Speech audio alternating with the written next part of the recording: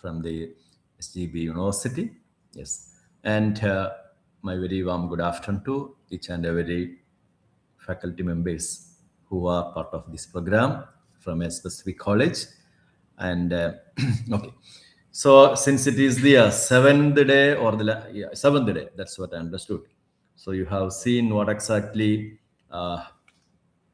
was happening, and then what was the purpose, and then you could have gained a lot from this program. So what I want to highlight here as a MMTTC center director, with this 8 days or 10 days program, we are not going to learn the entire NEP, nothing at all. An overview, why this is required and why this ecology, okay, of the education scenario has to be changed. Okay, that's the major reason why this NEP sensitization orientation, why it has been, as some say, it was been imposed as on us, or it has been implemented by the government of India, Ministry of Education. Now almost all the state governments are following the guidelines, and with the small modifications there and here, they are also in the NEP again. Okay. Then in my session, it will be all about skill development. And you hear a lot of articles about why skilling, what is skilling environment, all those things. Okay. And for me, the skill development, I will be, I would say some facts now, which I talk to you, discuss you about, it may look like a little unpleasant, but that's a reality. Unless we look for certain transformation and we teachers put in the extra effort, nothing much will happen. But it is important for the survival of all of us, teachers, and for the survival of this great country with what we call good economic growth and the youngsters with skills, because they are all coming to us and it is our responsibility to provide them. And India, why, in certain aspects, now we have trailing behind, because it's a huge country. And when we look at the overall view, yes, we are marching ahead. We are one among the 10 biggest GDPs in the world. Okay, our economy. One Indian countries, and ours is a great economy, and we are the 5th and 4th and all. But what we have to think about, there are certain key points that I will explain in my slides afternoon session. I know certainly it will be very difficult to listen to talk, continuous, but it is my duty to make it as interactive as much as possible. And I'll be taking you to some links, some videos, some web page, and then certain questions that let us see how it progresses. And if you have any doubts and all the doubts I cannot clear, but what I can try to do, whatever questions that raises, you can post it as a message, and that message will be looked into.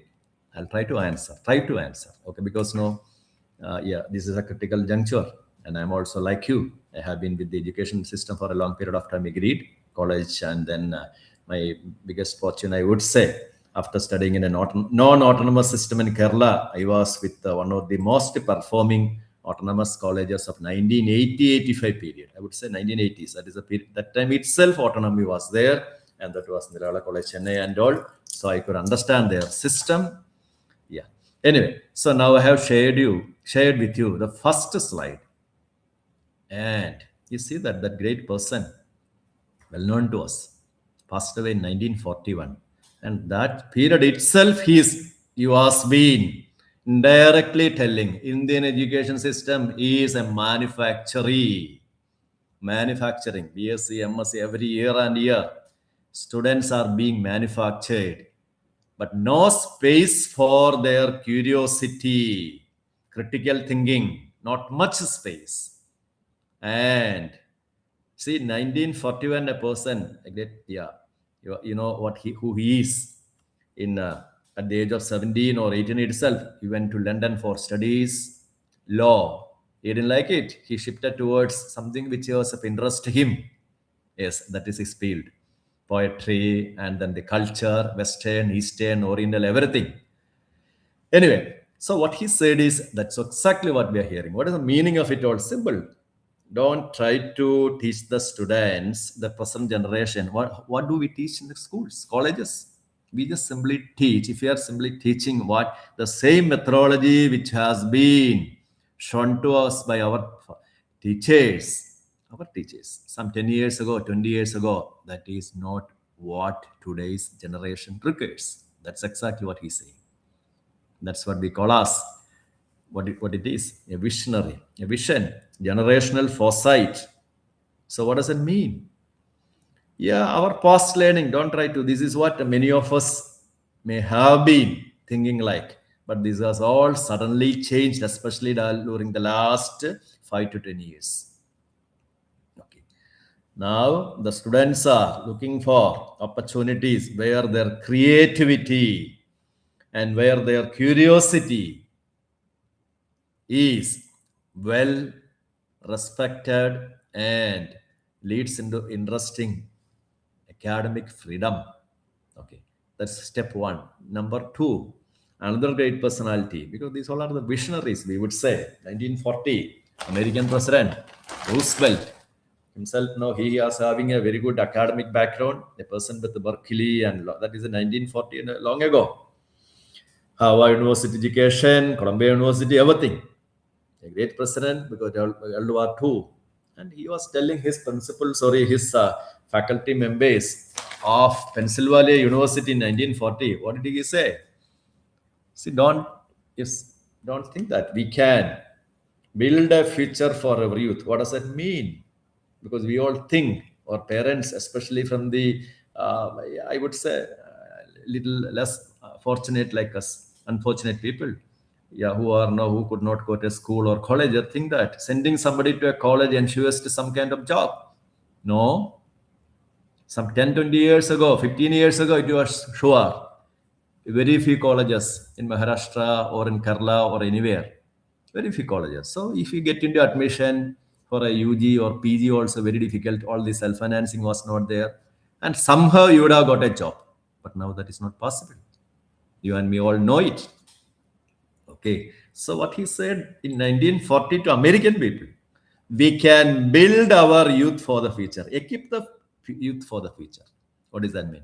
Provide them the skill, knowledge first, knowledge, skill, and the resilience, capacity, adaptability. Suppose I studied BSc, MSc, and after that, I wanted to be in the field of education. I want to be a teacher. I couldn't gain that. Then, unfortunately, I couldn't get a job there. So, in that such situation, what to do? And for this, I cite the example of many who went to Canada last 3 4 years, spent quite a lot of money in various subjects, which was a priority during some 3 4 years ago. But after COVID, everything changed in Canada or in Europe and all.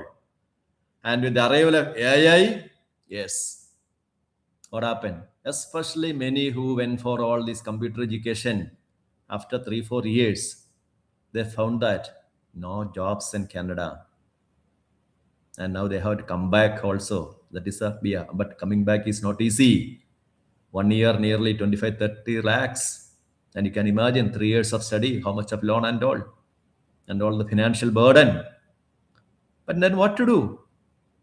That is what we call us. In such a situation, that doesn't mean no, we all have to, it is going to be the doom. Yeah, then what to do? And that finding out the alternatives. Suddenly AI has come and all these things are coming up. And my degree in the computer science is becoming relevant or less relevant. What to do? That is what we call. That is one aspect. Okay. So that's what we call. So we should provide the student this capacity. And that's what Roosevelt said. Franklin D. Roosevelt. We cannot build a future for our youth, but we can build our youth for the future. So I cited these two sightings. I like it very much. Great Devendranath Tagore, 1941. Manufactories, that is the word. Manufactories. Indian education system, long ago. And more or less same thing. This man also. And I take you to the next one. This is another very well-respected international forum, World Economic Forum, World Economy, jobs. And every week, they come up with one topic or other topic. Now it's mostly about green energy and the impact of all these green transition, AI and all. But 1 year ago, there was this article about future of jobs in India. Why should they bother about future of jobs in India? I told you it's an international forum. India, China, we are all with the 17% of world population. Okay. Lots of youngsters, 17% of the population. So 34% of the whole world population is here. Big market, lots of youngsters. So what is the scope? What is going to happen here? And that's what they said.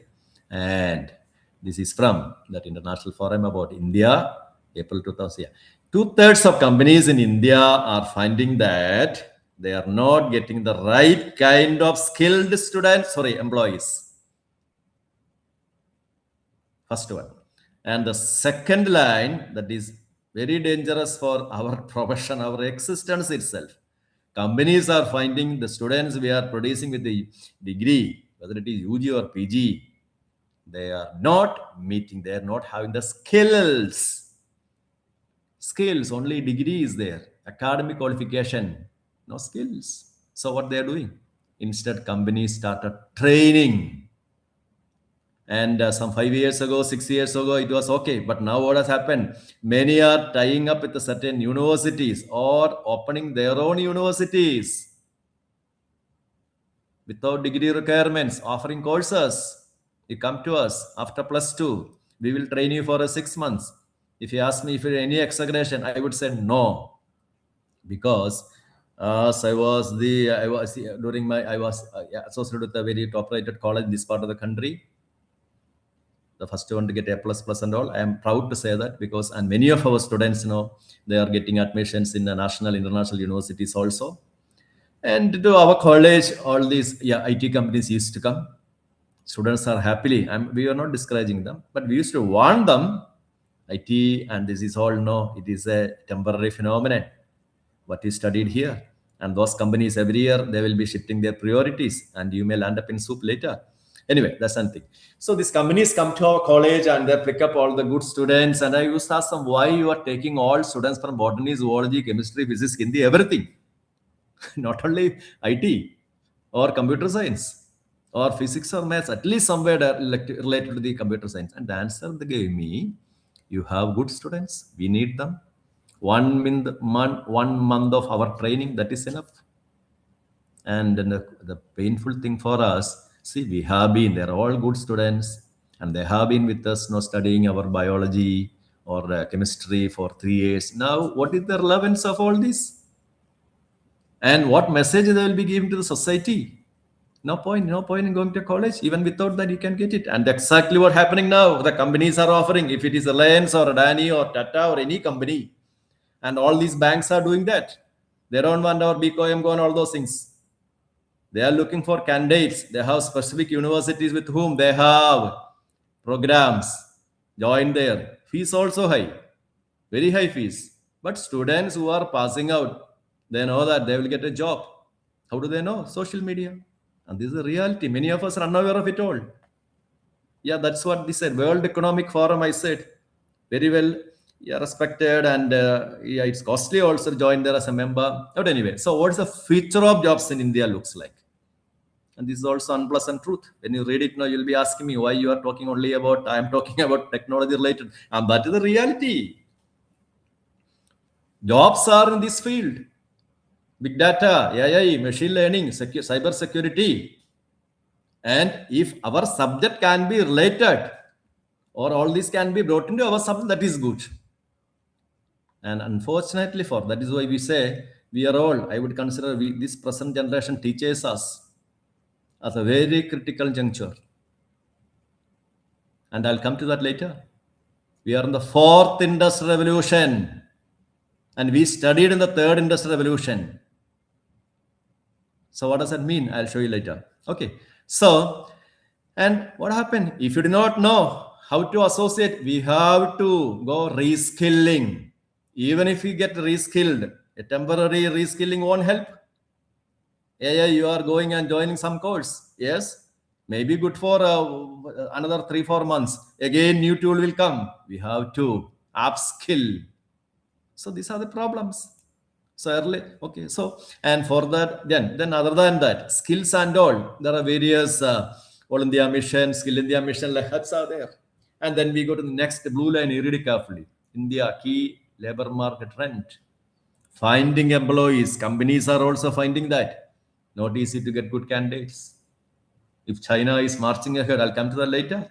That country is having very skilled employees, youngsters, skilled youngsters. That is what's another reason. Okay. So the future of jobs in India, this is what? The same international forum. I'll share the link with you later. All this presentation and all these notes, you can visit yourself and you think about it, what to be done from your institutional side. So you and me, we all joined a college or as a university thinking that future is safe and this can go along. As long as students are there, it is good. But students are looking for jobs. Same thing, some 10, 20 years ago, 5 to 10 years ago, we joined a college, degree, MSc. Then we thought it will give us a job. We got a job. And the same thing with the present generation also. They are also looking at ahead, yeah, looking forward to us, looking towards us. They are expecting. We will studies in this college. It will provide them a job. If they are not getting that, they will spread the message very easily in the social media. This particular course is of no value. You go for some other course. Okay. And then whatever the jobs trend, same thing. It is a global scenario. World Economic Forum. Jobs are there. 170 million jobs are there. All these technology. Okay, but at the same time, 92 million will be out. Million jobs will disappear. Existing jobs will disappear. So the skilling in the new area, technological area has become important. Outdated teaching, outdated skills, students will not. And in India Skill Report 2024, there is another thing is there, another report. 65% of high school graduates, they are doing degrees out of compulsion, family pressurizes, or they're taking it as a routine. After plus two, what? Join somewhere. That's it. And if suppose somebody wants to do something else, no, we won't allow. Our system is like that. Cultural shift. Mindset is there. We'll see that. And then what is happening in the schools? This I know personally very well because I have a number of students who got admission in a top-rated international universities in Europe and Canada and all. Top-rated I'm talking about, not the low class. All in the top 50, 60, 70 and all. And there our students were literally weeping, telling me frankly, sir, we are finding it extremely difficult with the students from other countries like South Korea, European countries, even many, the countries which we are considered as now low standard like China and all, because their attitude is different. Because in those schools and colleges, actually what happened, there is no mugging up, no theory learning like this. Exams are open book exam. And the project works, you have to do real project work and write down your own assignments, no copying. Seminars, yes, you will be given a topic which is of relevant to the society. Nothing like now what we do systematically, you will pull out a list and give nothing. That's not possible. And they all do it well. And they could be writing. And our students, they have been writing assignment seminars, what we taught them, they try to do. And many faced hurdles, failed also because copying or plagiarism is not permitted. One semester gone, 5 to 10 lakhs rupees gone, all this happened. And that's what I say, because from schools also we do the same thing. And there all it is not. Examiner centering, 90%, 98%, then again go to the coaching factory, by heart all those things, then again become somebody, engineer, and no connection with the reality. So this is the World Economic Forum data based on what I'm saying. Okay. So this is the background, but NEP, one background, then more in the coming. Then next one. Yeah, after plus two, what? Suppose the students are coming to ask the parents, And generally in our country, most parents, most of us, students also, let me see, is there anything in the chat box? They think like this. There are 7 career options. There are just 7 career options only. Is it true? Yeah, vast majority. After +2 years, you become an engineer or a doctor or a lawyer or a CA or a MBA, IAS, all this. But the modern economy offers lots of other avenues. Yeah, and what are they? There are 250 career options, 40 domains, 5,000 job types are there. Okay, but are we providing them the right skill to understand that? I'll take you to the next page. One moment. Yeah. And you look at this page, modern economy. I said no, there are a long list. Is based on the Mindler data, another international forum, career counseling platform. Anyway, and 40 domains. A few domains I have lined here. On the left side, you see domains, a few domains. On the right side, no, this is a career options. So yeah, this is the domain, and these are the career option. Okay, so generally we know only 7 of them, but and we'll see the yellow highlighted ones alone because that is more easy to understand. See, take the case of first one, performing arts. This domain, many students, there are many students after they are entering into a theater director, where not movies.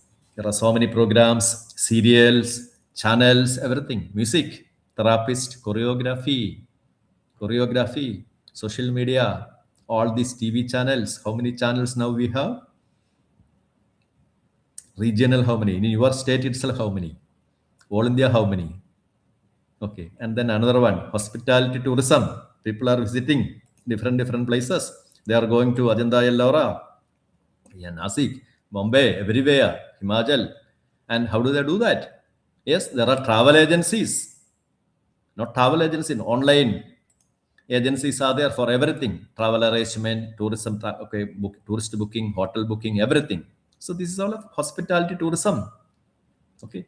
So they are getting there. And event manager, marriages and all functions. Now it is all coordinated by certain companies, small teams, event managers, websites, and whom. So this is all being managed by. This is what I said. These are the new career options. Some 10, 20 years it was not there. And you go to the next one, third one, design and creative arts. It's a domain. And I'll take you 3 examples. Okay, the last 2 are easy to understand. Game designer. So many games are there. No, you give you are looking to the games which our students, especially the school and high school students know. You will be perplexed. We do not know. There are so many games are there. From who develops all these games?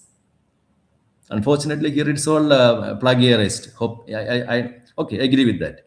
But in the West and all, that is not possible. Each game CD you have to pay $100, $150.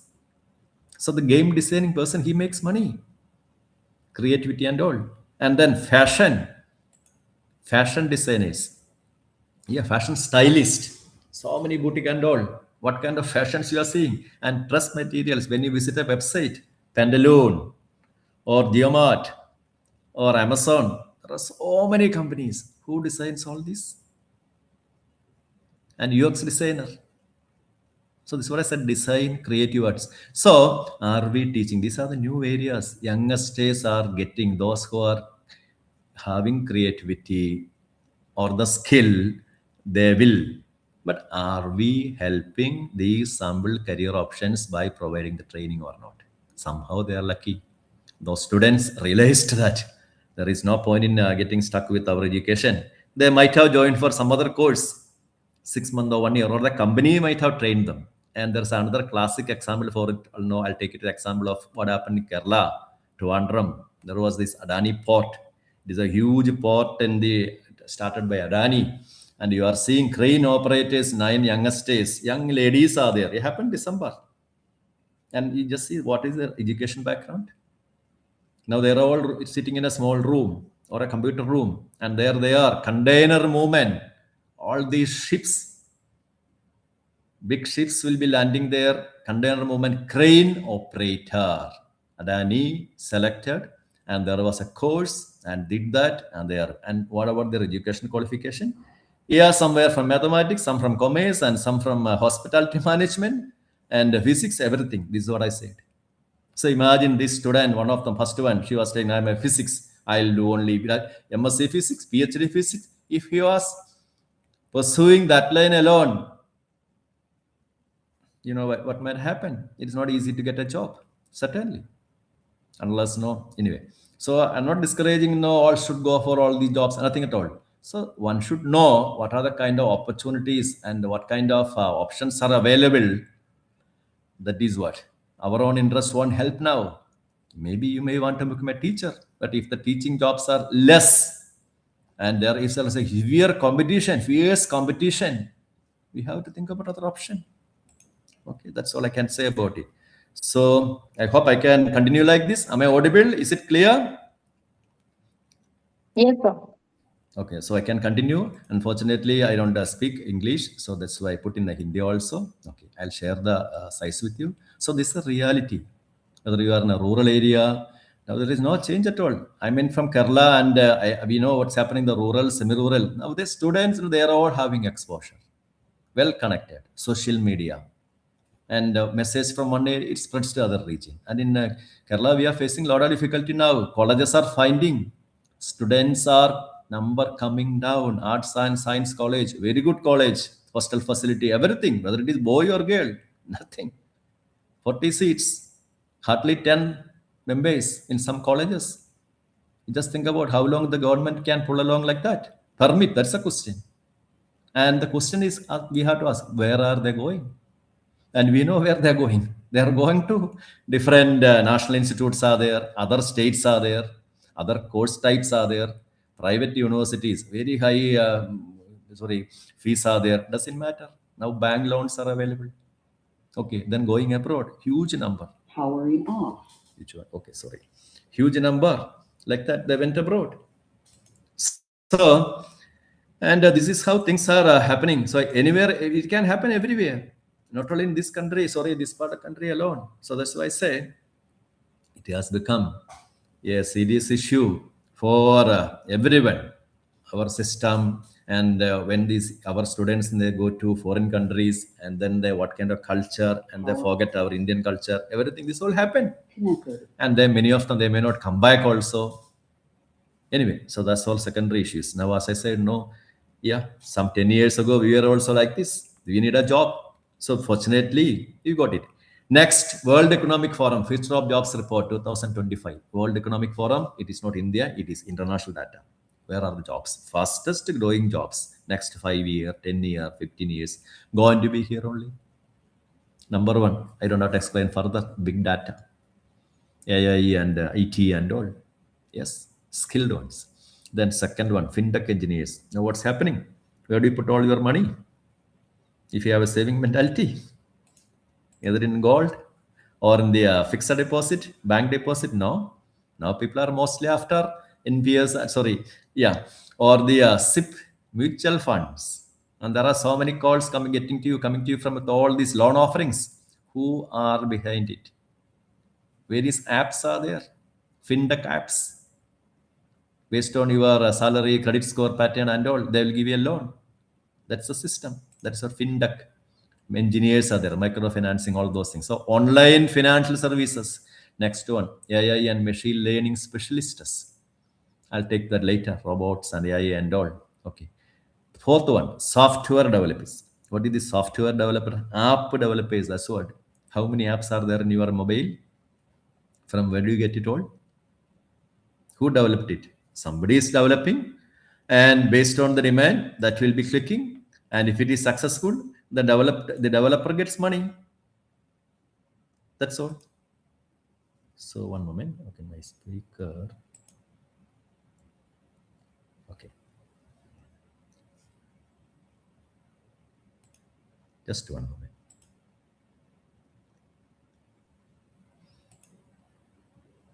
So this is a World Economic Forum, other data. Fastest growing jobs are there. Okay. And last one, read it carefully. Autonomous vehicles. Autonomous vehicles. It started pouring in the West and all. Now it is costly. Another 5-10 years, it will be here. Simply you are sitting there with your folded hands. The comfort of not auto, all these gearless vehicles, now that is gone. Now the next one, autonomous, which we have seen in the Bond movies and all. That is the next scenario. One moment. Speak. I hope I am audible and there is no everything clear. No, it's okay. Yes, sir. Okay, thank you, because I went for an option. So this is the second one. And then next one, very carefully read, check it. Fastest declining jobs. And this is where we are stuck. We are training our students in this line. I mean, students are also thinking vast majority in this line. Clerical jobs. After UG, PG, what? Yes, PSC, UPSC or some test, bank test and all. But those posts are coming down. Posts are there, but number coming down. Next one, ticket clerk, cashier, TTR, all these posters. Yes, they are also being replaced. Online payment systems are there. Long distance bus journey, how do you book? You simply book it. There is no conductor, nothing at all. Online payment, you enter. Okay, and the same thing. And metros, how do you travel? Bombay or anywhere, same thing. And its intensity will increase in the coming years. Why? Now we have the parallel generation. Our parallel generation, most of them, they are not well versed with all these, even SMS, WhatsApp and all. It's changing. So that is the second one. What we call the where exactly? Yeah. So those jobs will disappear. TTR, I do not know how long that will be there. These numbers may not be. Each seat somebody goes checking. That's what happening now. And that's because we have all these issues there. But another 5-10 years, that also. And then bank tellers, bank clerks, what happened? How many of us go to banks nowadays? Unless you have some ornaments to take at lockers, no. Otherwise, generally, no. Generally, the number has come down. And then how do we transaction? You know that? Beam, Amazon Pay, GPay, all those options, Paytm. And printing, what happened? Those people who started opening, digital media, online, all those things. Now, most of these online things we can't do. Not online, digital documentation and all. Or give it to an AI. Within no time, they'll write a letter, type it, give it to you. And the last one, visiting an income tax, visiting a chartered account. Every year, no, it was a ritual. I hope in your region also same thing. You will meet a BCom person or an auditor or somebody. And then he will look into our accounts and say, this is your income tax and this is how the calculation is SD and all. Now it has all become so simple. First of all, government has made it so simple. And there are so many softwares are there. It was there for the past 5-10 years. And recently with the AI, everything changed. Whatever doubt you have about your income tax, you give it to that. They will nicely print it and give it to you. And if you have a basic idea about the income tax calculation, gone. So what happened? People won't. We won't be visiting the auditor like that. So all these are the areas where actually who is there with the auditor? A lot of BCom students, MCom students. And if the auditors are not getting money, what they will do? This what? So World Economic Forum. I'm talking, this is not Indian data. World Economic Forum, future of jobs, fastest declining. So we are training students in the line, thinking that everything is safe, and those poor things. That's all I would say. There are many still who has not realized all this. And our colleges, universities also. Either we are unaware, but the other side, that's what NEP is trying to undo. So fast declining jobs. And then then what you can do? And for skilling and all, actually, I would have loved to, Yeah, this is about welcome to Skill India Mission. Take your students. You have mentoring, which you do in the colleges, UG or PG students. And take them. Don't tell them, because if you tell them to do, they may not. They are so busy with all other things. So Skill India Mission website and see what are the options available there. There are lots of options, online courses, offline courses. And the moment they see it is 1,000 rupees, 2,000 rupees, they will run away. Course is 1,000 rupees, very difficult. If it was something else like buying a dress or some other material, they don't bother. But you have to. Okay, and then it is after our degree classes, evening time. Spend it nicely instead of wasting the time in the Google Media, sorry, on the social media platform, or wasting time on all these apps and all, not games and all. Okay, so there are so many courses, and while selecting the course as a class teacher, you would be knowing what is the capacity of most of your students to a certain extent, and then when they come forward with their discussions, you can help them. Please do that. You are helping them. So along with the degree, they will be having some skill which they have acquired. So this is what there are these websites like Skill India Mission. Visit that. Skill in the Digital Hub. Visit that. There are MSD. Yeah, there's a lot of options, schemes and programs, recommendations, skill courses, everything, skill centers. And this all will understand. State-wise details are there. You can. And then NSDC, another one, National Skill Development Corporation, and it has internship programs, World Skills Council. And when you visit that website also, there are a lot of links like this. And then you will come to, you will know, if you are unaware of it, NSDC, what exactly they are doing. They are providing training, skill-oriented training. Your institution can select a part of it, be a part of it, and offer courses. So the students who are studying in your college after degree, not after, sorry, along with the degree, they can find time and join these courses. So they become multi-skilled, not only in your subject alone. Okay. So training's partner, and for that the initiative has to come from who? Somebody in the college. Principal alone cannot do that. Management cannot do that. Somebody has to come forward. And when we tell someone to come forward in most of the colleges, the scenario might be generally, yeah, someone reluctantly take it up. That all won't help. The whole ship, we have to see that it is not sinking. Someone has to come forward, others have to cooperate. I'll come to the later. Then what are the various other options? Sector Skill Council. Then what is the NSDC training partner? And then you see what are the schemes, initiatives available. Pradhana Mantri Kaushal Vikas Yojana. There are courses offered. Institution can take it, and sometimes they give funding also. But there are certain conditions who will be there and all. Anyway, it varies from coast to coast. Okay, and then so all these are the websites you can visit, and then you can become a NSDC training partner. You may be having a skill in a particular aspect. In addition to your, suppose you are English teacher. Other than that, if you know coding or Python or something else, yeah, some fermentation, sorry, pickling or some what we call handicrafts, all those things. This all comes under the category what we call as the skill. And you can, along with the NSDC, you can become a part of the skilling system of central government, National Skill Development Corporation. And to join there, suppose you feel you have trained and you have enough knowledge in plumbing or in the solar panel repair or solar panel assembly, all those things, you can become a training partner.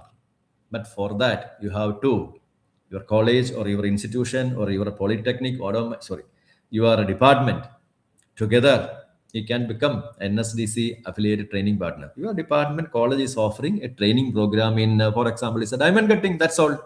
If students are interested, they will come. And if you are from a region where diamond cutting, yeah, you are from Maharashtra, so I would say the wine industry. That's what we see. Nasik and all, it is very strong. So the wine preparation, the wine related technology, or maybe grape farming, if you're offering a course, there will be people from that region, they will get trained, and you're offering the training. Your institution is becoming reputed, not reputed, respected, because it is offering a course. And who provides the support under central government? So this way, NSDC. And to become a training partner, simply we cannot walk in and establish something with NSDC. You have to go for their training of trainer training is there, TOT. So if you're a subject expert, if you know in the certain expertise in certain area, as I said, wine making, yes, go with or yoga or anything. Go, yeah, visit the website and see how you can fit in and offer the course from your region. Okay, that's it. And then we go to the next one. Suppose you are not interested in all these things. You are not interested in teaching. You are not interested in what we call becoming a training partner. You can go for content development like Swayam courses, MOOC courses. There are so many MOOC courses are in various platforms. It is developed by somebody to be in the international forum to offer a course and to be accepted in the by some university. That is a, yeah, very coveted position, OTC. So similarly, you can offer content development. In STC course, you can help them by offering content. So some subject, you are an expert. Okay, the one which I told. Okay. And second one, sorry. Yeah, if none of this is possible for you, yes, you help the students facilitating apprenticeships, and this already I mentioned. As a college teacher can guide students to NSDC's portal, take them, select them, make them sit in front of it and understand what exactly. And those who are interested in your 40-member class, there may be 10 or 15, let them. And that's what we call it as we are becoming a part of NSDC's platform for we are moving away from the just formal teacher, academic educator. Instead, you are becoming a skill enabler. So this is all about the NSDC. Visit the website. There are various options. I'll share the link. Visit yourself and discuss in your department, your institution also, and you see what is the requirement of your region, because your region should need no. See, that's what I specifically said. Nasik, if Nasik, as far as and I know, it is known for all the certain industry. So companies coming in that region, they are looking for skilled youngsters. And if your institution is offering that, companies are happy, students and the farmers will be happy. Otherwise, people from far off places have to come. That is not very easy. Anyway, that's another thing. So we go to the next part. Yeah, in India, what's happening? You might have heard about 65% of Indian population. It is all under the age of 35. So what you see here, two images I am shown here. One is on the right side, that is the Indian population pyramid, and the left on the Chinese population pyramid. One you can see pyramid shaped. The other one you can see this is not pyramid. The bottom is narrowing. We call it as in the biology and all. It is pot shaped. Pot. URN urn shaped. And what's the difference there? Left and right you can see. And each population you are seeing people in the different age class. This is 2024 data. People in different age class. So here you can see, yeah, 0 to 5 age class. 4% in India, male, female also 3.8%. Sorry, the previous one should be important. Okay, compare China and India. So in India, 0 to 5, 4% of the entire population is 0 to 5. Whereas in China, it is 0 to 5 age group only 1.9%. That is why the news came like no, our media glorified is saying that, yeah, China in the coming days, they are going to have less number of youngsters. But that will take another 20 years. And India is have a lot of youngsters. So we are going to be in the great position within another very soon. That is what we all learned as demographic dividend. We have lots of youngsters. Yes, population under age of 35, we have a lot of them. It is there. But the reality, the real fact data analysis based on the job employment, it showed that 2024 age group, 45% are without a proper job. 45% are without a job. Read it carefully. This is the serious matter. All are getting degree. UG, PG, somehow they all get a degree. I do not want to go further it, but only theory learning, marks only, but no skills. That is why companies are crying. The students you are sending to us from your college, they do not have any skill, industry relevant skill. I am running a company. I need certain skill. Practical learning, nothing. And life skills also. In places like many companies like now, see all these online transport, sorry, tourist operating and all. There you have to be patiently listen. Communication. Don't get angry. There no, as a customer, we will get angry, but no, the other person, the sitting at the other pen, you talk to Amazon or the Flipkart and all the customer care. How do they deal with it? It's a skill. Similarly, in all workplace, this problem. And our students after degree, they think now they are at the top of the world, 98% mark. 99% mark, but no jobs. Companies are finding that. So this is the thing. So what we have to think about, all are getting, employment numbers are falling, but academic qualification increasing. Okay, and this article in Hindu, it came very serious subject. We are, this demographic dividend which we are glorifying, it is a bomb. It will diffuse at a time. Why? Because each year there are so many youngsters joining our colleges, and they blindly believe, or their parents somehow push them into your college or my college, engineering or whatever might be that.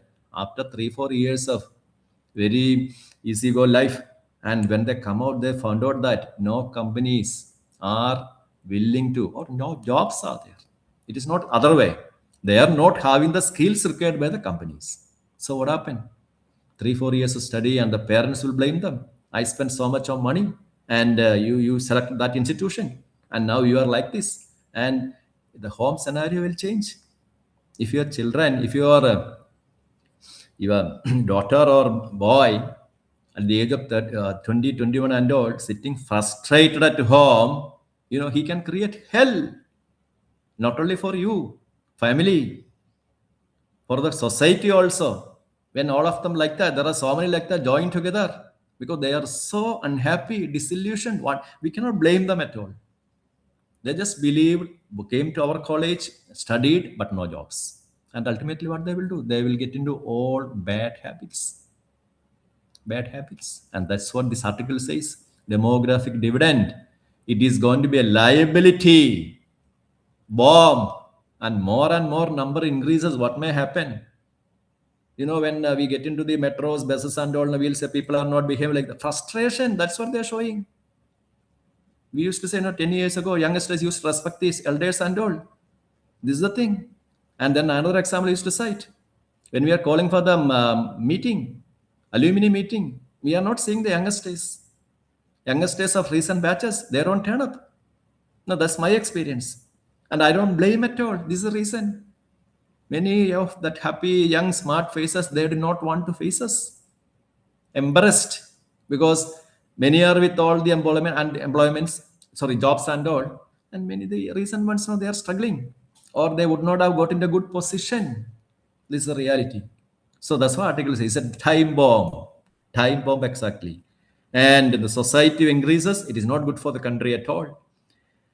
And there was another article in Hindu, again same thing. 16 lakh teachers, 16% in the all India, 1 crore teachers are there. But they are all in contractual part-time times. Very same work. I don't have to explain further. You are all from college. Baseless. And why there are so many teachers are there? And because it is a case of underemployment. Underemployment. Demand and supply. More and more teachers are available, all with degrees. So schools are finding it easy. They do not have to offer a good job, salary. Okay. And why it happened? Then we have to look into the next part. If you have any questions, I just see, is there anything to ask me? Yeah, anything forward to me? I will just see that. We'll go to the next part. This is about industrial revolution. What is this industrial revolution that we have to understand? Some 200 years ago, just think about your grandfather, your grandfather's grandfather, how they lived. Okay, and there was a period like this. Animal power or water power, no steam engine. It was discovered by somebody. James Watt, we studied. James Watt discovered steam engine 1765. It transformed everything. Otherwise, people from your region, your village, they will be, imagine a situation. No vehicle, no car, nothing at all. Only animals are there. How many kilometers you can travel like this in this animal? How many kilometers? Maximum 10-20 kilometers. Bullock cart or a horse. Okay, India less, or donkey, and the same animal. This is how we were pumping water. No borewell, no pipe water, nothing. And then another one, tilling. So what happened? Arrival of this machine transformed. What happened? People can go out from your village to other places. Okay, so agriculture alone, no need for one person to depend upon. And number of factories came. That is a key point. Factories. What factories? Small factories in the steam powered machines. Okay, So that led to jobs. So agriculture, you are moving away to jobs are there. So first step. So this happened around 1800. Okay. So Industrial Revolution 1. Okay. So not see what about the number of colleges and all? We conveniently forget that. In your region, at least within 50, 100 kilometer colleges are there. Earlier, that was not the scenario. Entire Maharashtra or entire Kerala or Tamil Nadu, how many colleges were there? People have to only those who are well affluent, they could. Others were all after schooling, that's all. Okay. And then came the next one. Second industrial revolution. What happened? Assembly lines. Electricity. So first it all started with the factories, started with the steam engine. Next came the electricity. So bigger and bigger factories like this. You see that all those factories in the Bombay or in Delhi or in the Punjab, Hoshiarpur or in Kanpur, anywhere. And this is from Western world. Okay, so you are seeing people sitting in a seat from morning to evening. Imagine you are also born during 1900. We would not have become, all of us would not have become a teacher because colleges are very less. And so after plus two, we would have been ending up like this. Not after plus two, even before that, to make some machine part. That's all. So that's what we call as what we call the second industrial revolution. Assembly line, lot of factories, chemical industry, everything, and the Ford made the assembly line. How to make a cars within a very short period of time. Unskilled workforce is necessary to become assembly line or operate machinery. And read this part text carefully. What I have written in red here. Each revolution transformed society. We read in the words society, economy, industry. People from your region, some are who are skilled, semi-skilled, they went to a city, got a job. Okay, earlier no, they might have been sitting at home without penniless and all, no agricultural land or agriculture was a failure. Anyway, to understand more about it, and also since it is afternoon session for me, I'll take you one interesting video. Yeah, you please see that, and that will give you. And it is a thing which you have seen earlier. This is from the Charlie Chaplin movie, Factory Scene, Assembly Line, Modern Times, 1936. That period movie was taken during the year 1936. So movies represent the social scenario at that time. You see it, so that no, you have been listening to me for a long period of time. So it will be interesting also. But it is connected to the subject. Let us see how it is. You just watch it, and this is what we call as assembly line, working from morning to evening, and what may happen. Section 5, give it a limit.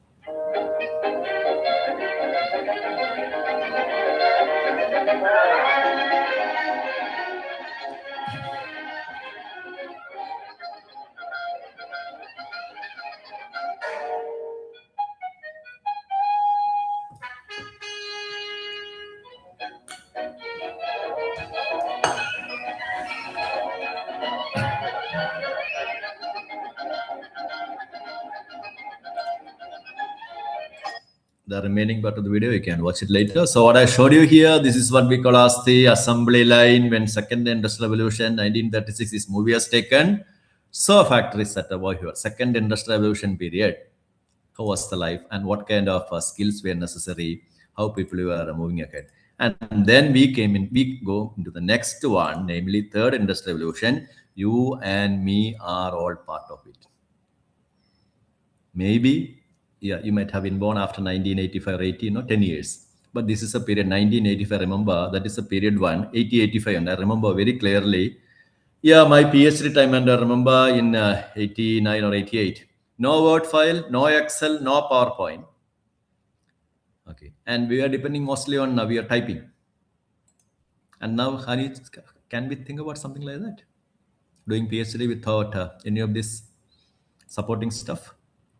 Digital technology, arrival of computers into our life. And then another thing, what I take you as a classic example, COVID period. Many teachers, they were not willing. 2005, DST, remember in my college, we got 2000 itself. And they provide 10 lakhs for buying only computers. We wrote to DST saying that we don't require all these. No, that is IT government policy. But it helped us. 2000, all the teachers at the college, they could become what I would say, yeah, basics of computer, everything, computer center and all. But many teachers after that also, no, they would say, no, PowerPoint is not good. Old style of teaching, board and chalk. That's all.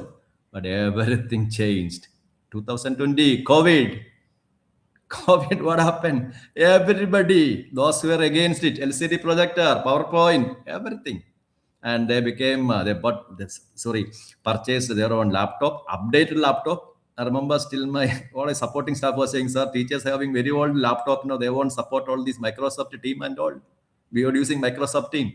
So Microsoft team training program. So what happened? Workforce, you consider us, we are so unskilled workforce, teaching workforce also. We all learned digital technology. If that was not happening, you would have been in the seat. You would have been thrown out from a college because we forget things conveniently. 2020, when the COVID started, people are it was so difficult. There was no certainty till in 2022 that the vaccine came into effect. People were dying. Okay, but anyway, so that scenario, now everybody knows. PowerPoint, Microsoft, Google Meet, everything. Now we are all part of it. Okay, then another example I used to cite is the case of bank managers. Managers during the 1995 period. Senior managers struggled like anything because first time they are seeing or getting exposed to this computer. A person at the age of 50, 59, 60, 57 and all, coming to know about internet banking. And banking makes it so difficult also because when your time for internet banking, if your bank is not supporting, how angry you will be. And most of them took VRS. I know that. Many. Well, the current generation, that's different. That's what generational change. So what I'm talking about, the third industrial revolution. Workforce, adapt or learn by learning new skills. Teachers also same thing. Now ICT tools, you are studying. That's because AI tools. Otherwise, students are much far ahead of us. Digital technology. This is third industrial revolution. Okay, so third industrial revolution, 1950, 2000 over. And now we are in the fourth industrial revolution. And that is the difficult phase for all of us. Everything has changed. And during the COVID phase itself, students understood where to look. And all the students were also get licensed to buy their own smartphone and all. So they became masters of digital technology. Now, fourth industrial revolution, what is required is, read it carefully. This is a key point. AI, robotics, and cloud computing. Now, we don't use CD, no floppy, and all the mobile data, all these photos goes up to the cloud computing like that. Anyway, then what is happening? Machines are, then you have to go for smart factories. What is the meaning of this word smart factory? Self-learning machine. Highly automated production. Read it carefully. Highly automated production, boosting productivity. Productivity has become a kind of thing. And in these factories, you will be seeing machines, robots communicating, robots analyzing data, making decisions. Number of people, that is, the human manpower has come down. So who are required? Only highly skilled and talented individuals. I take it to another video. It's better to listen to that video, and then you will come to know what exactly. So read while seeing the video, what you have to think about, these are the kind of factories which are existing now, and what kind of training your institution are providing to the youngest days who have joined your college, and thinking that they will get the necessary educational support from your institution. Just watch this video. It is from Tesla, 4 years ago, old one. Now all the companies are using it, and there now you have a laughing option. They will be boasting that Elon Musk and all. No, we were the pioneers in discovering all those. That won't help. And anyway, you watch it, and then I will see the remaining part. But for the sake of today's example, we're going to focus just on Tesla's most popular vehicle, the Model Y, and specifically the Model Y variation that they are building at the Gigafactory in Texas, because this is the most clear example of how Tesla makes a vehicle in a way that no other company on Earth can match. The first stage of this process is going to be fabricating the various panels and vehicle structure that make up the Model Y body.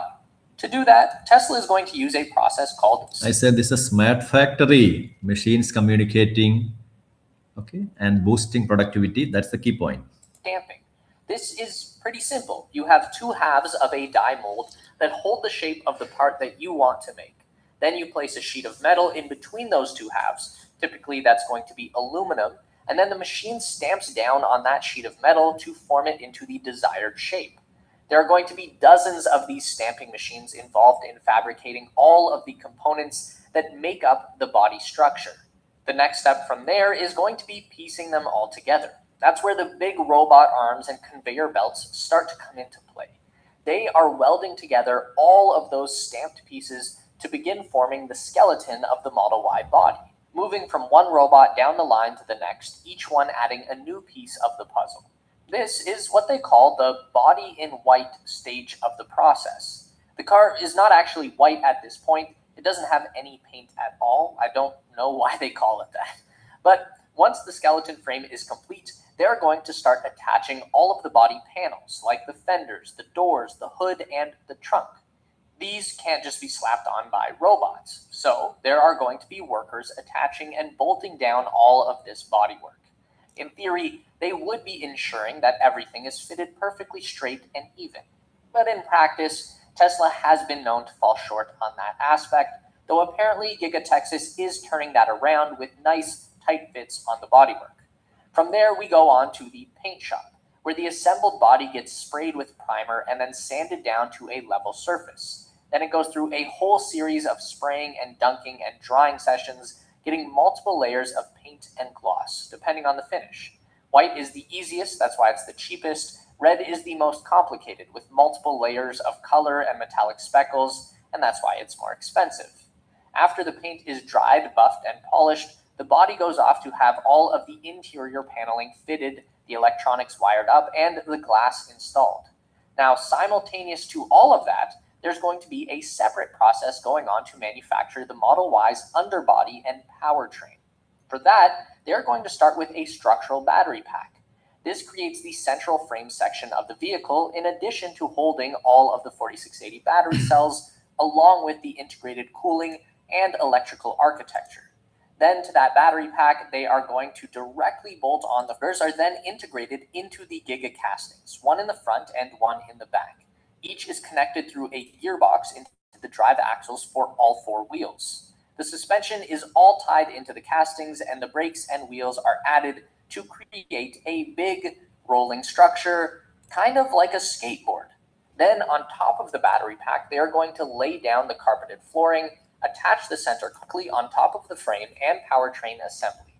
The two are connected together by a series of bolts all around the perimeter of the structural pack and castings. From there, the Model Y gets the finishing touches from a team of people doing the final quality control.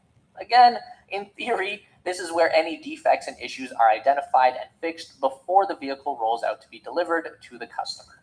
Now, that is how the process works at Giga Texas, and it's fairly similar at Giga Shanghai. So now you have some additional context for how incredible it is that all of that can be done so efficiently that they can produce a brand new Tesla every 30 seconds at the Shanghai factory.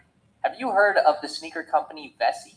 They are today's sponsor and my favorite pair of shoes. So why are Vesties my favorite shoes? Well, I live in Vancouver and it rains a lot.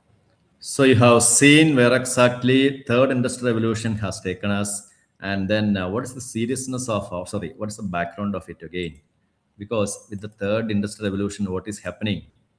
What kind of technologies are necessary? Industries are requiring what? Number one. Number two, there are so many countries, and then I'll take you to this. Is not car alone. If you think like that, you read this list. What I am showing here, there's a big list, and the links now I won't be showing. I'll one day taking you there that you can watch it later. There are so many: agriculture, agro-based industry, automation, robotics. Now, if you are seeing, yeah, that is if America, all these news about yeah, US or European countries, high productivity, all those agriculture products are going to come to India. Yeah, they have the technology, they have the skills to take that way. Okay, and next one, food processing and packaging, robot arms, automated cooking station, the textile industry. Textile industry, later I'll be taking you. China. Okay, China is a big country. Vietnam, Bangladesh, and they are almost in level with India. How they could reach that level? Automation. They are using all this material, all this technology. Okay, and to understand more about the what is happening in the cooking industry, there is one very interesting video, just one. And while watching the video, what you have to think about, see, all these are ideas and research and development, how people are doing. One moment. And see, the way their ideas are shaping up and leading to the creative, I said, creation of newer machines. If we are not seeing in our country, whom to be blamed? And we just listen to one fellow explaining how the KUKA automation, multi-axis robot he has invented.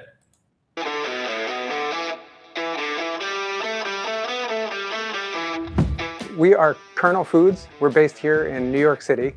The company got started about 2 years ago, did 2 years of R&D trying to figure out. You heard that? 2 years of R&D, research and development. Now we are in skill and development, research and development. So the research doesn't mean just merely making a PhD and publishing something that alone. It varies. And the impact. How to take chef-crafted, fresh food that's made every single day and turn it into fast food using ingredients that you would find in your kitchen. The food industry is certainly facing some challenge around labor. What we've set out to do is look to say, what are the jobs that are the least appealing to people in the industry, where we can take the rest of the day in. Tickets, loading in and out, and the automation technology that we put around it allows us to simplify that process and create a whole lot of consistency. And that's where I think we've done something pretty best, because KUKA makes it remotely, which is important as we roll out restaurants all around the country. One of the other things that was unique with the KUKA solution is that we were able to choose an HO robot so that we're able to use food and health grade products in our entire food preparation. So now you have seen a video about the revolution, how the food industry is getting revolutionized. Okay, so this is all. Wait for soon it will be in our metros first, and then we'll be spreading to other parts. So this is what called they have skill and development. Okay, so what is happening now world over? Skilling. What is the challenge? Global workforce. We have to reskilling. Otherwise, what happened? Highly skilled workers are required. One moment, sorry, have I shared the PowerPoint? Yes, highly skilled workers are required, and technology, AI, your programming or data analysis, anything. Otherwise, what happened? Traditional large workforce, which we are producing, that will disappear. There won't be underemployment. They won't get job. So economic impact. Countries with the good qualified people, they will go ahead. Others, as you see, I'll share the link. Millions of educated face unemployment. Okay, and then I came to the next one, which I already told, India, one among the top 10. But you see, the number one is America, $30 trillion. Okay, second one is China, $1 trillion. All others in the 4, 4, 3 like that. And you compare India and China. China, $19 trillion. India, $4.27 trillion, 2024-25 period. Okay, what is the difference? They are 5 times ahead of us. Remember, same country was In 1980-95, they were behind us.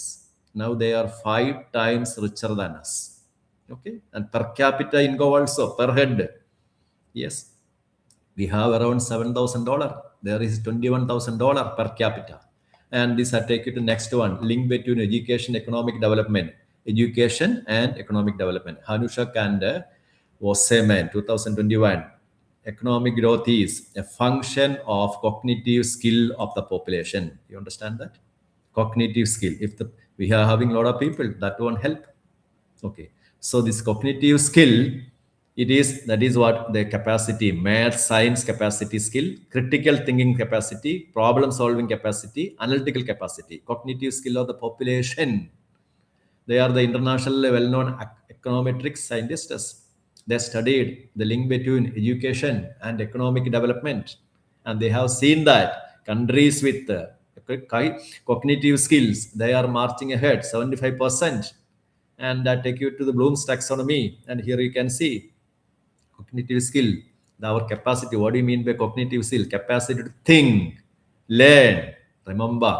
So when we are sending our kids to school, the initial period, lower order thinking skill, and the later part, higher order thinking skill. So what is this lower order thinking skill in schools? Remembering, by hearting all these history and all data, all multiplication table, everything. Understanding. So by 7th or 8th standard, students are able to understand what are the main aspects, mainly things. Applying.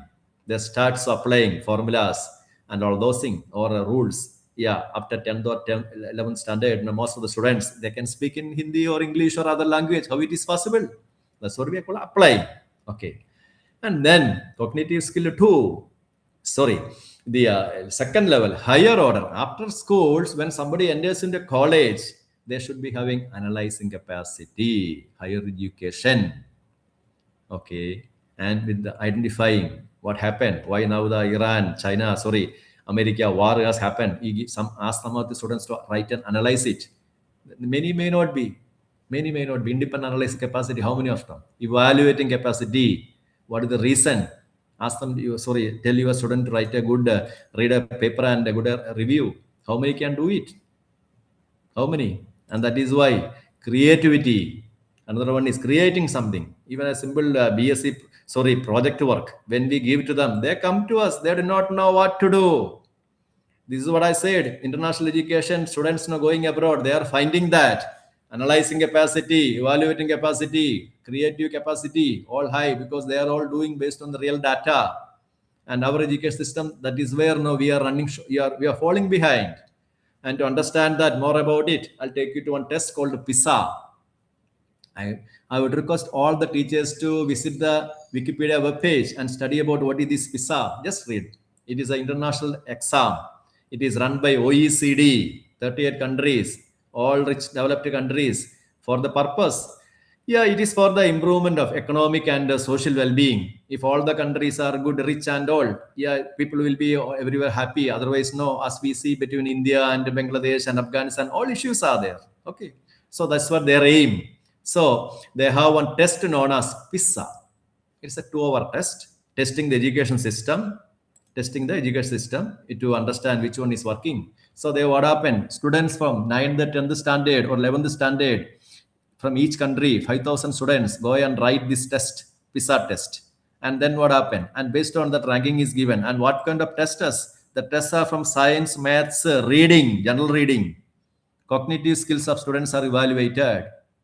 And capacity to solve problems in new unfamiliar condition, not coaching factories.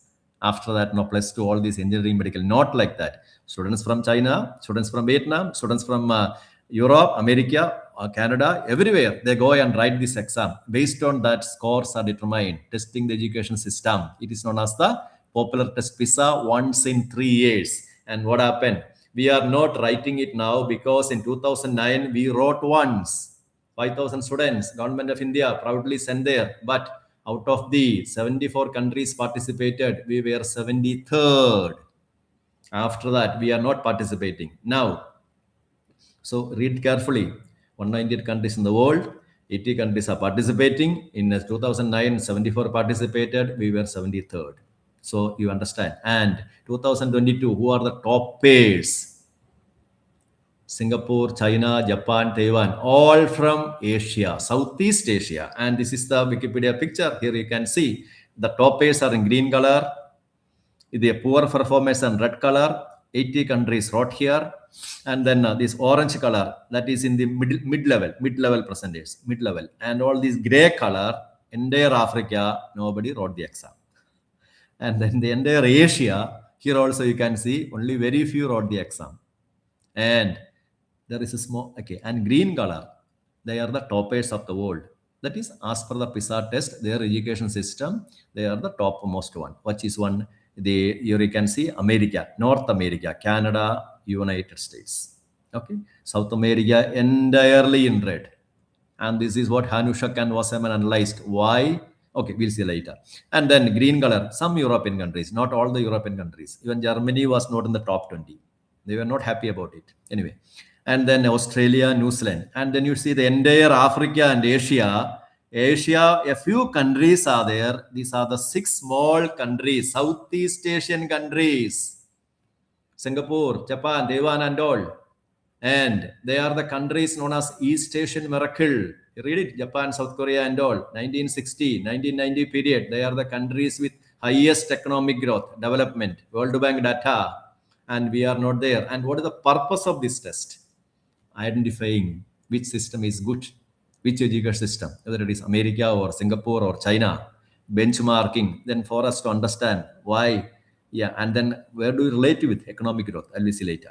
Then policy making. What is policy making?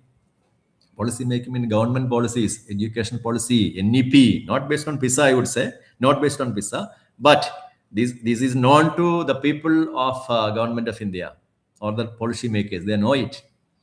Okay, global perspective, where exactly we stand. That's what I told you. Many students who went abroad, they were grieving. Sir, we are, compared to many from China and all, we are falling behind. Korea, South Korea and all, they do projects so well.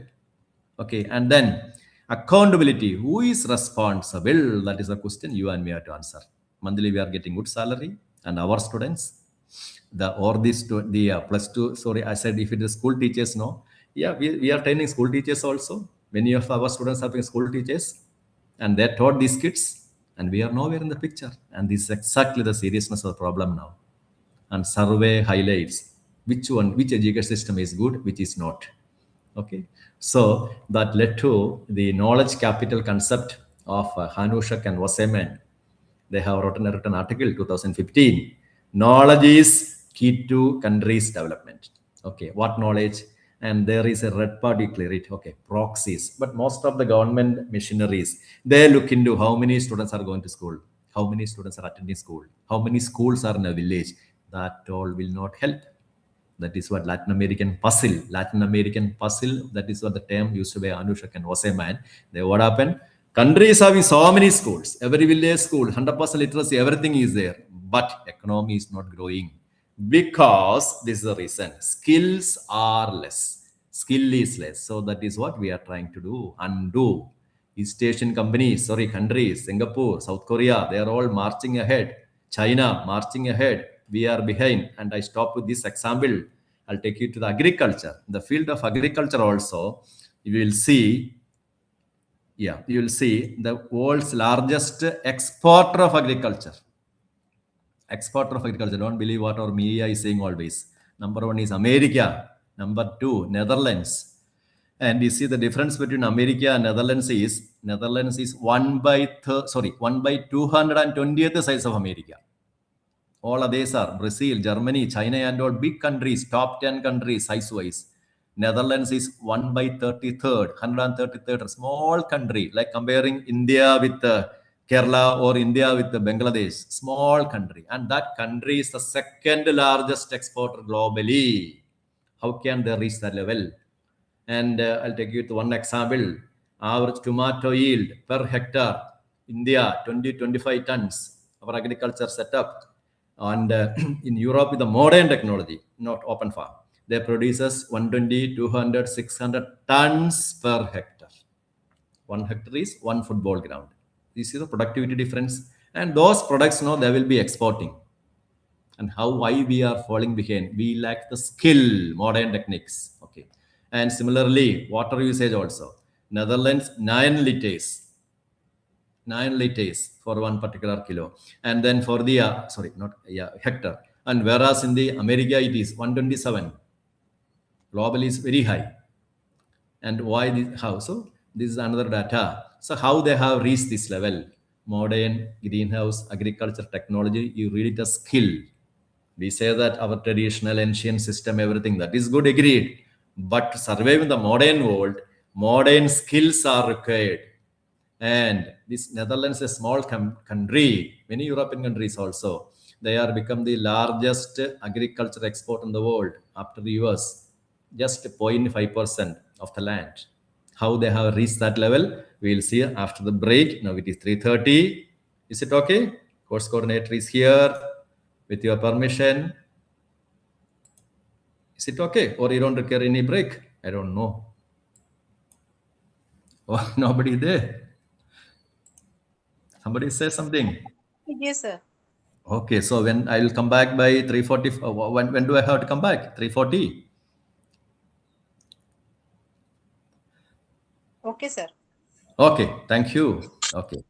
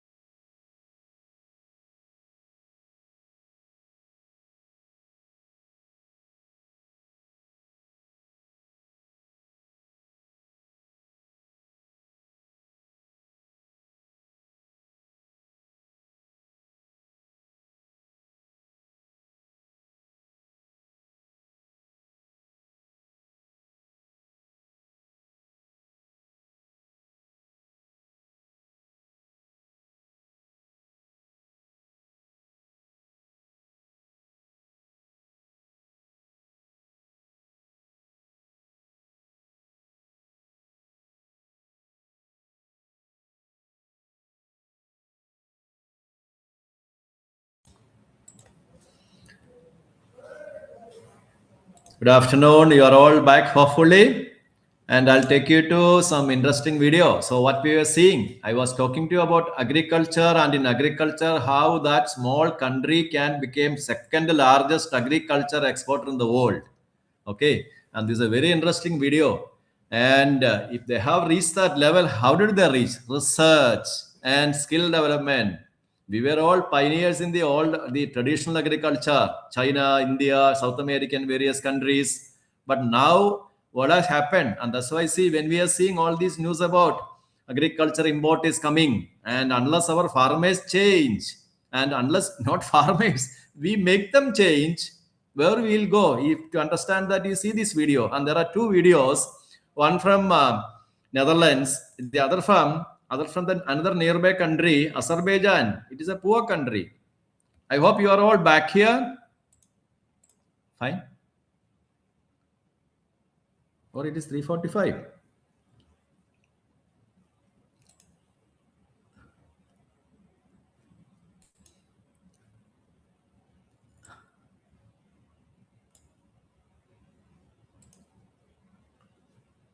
Let me see the message. Yes, someone has. Okay, okay, fine. So I'll take you to the first one. So second one is from Azerbaijan. So what I was telling you, just see that this is what. Then another thing I'll take you show here. This is what those people, they have found out that see, the US and Japan, it was one moment. Actually, I'm in the midst of a small program. I'm sorry. One moment.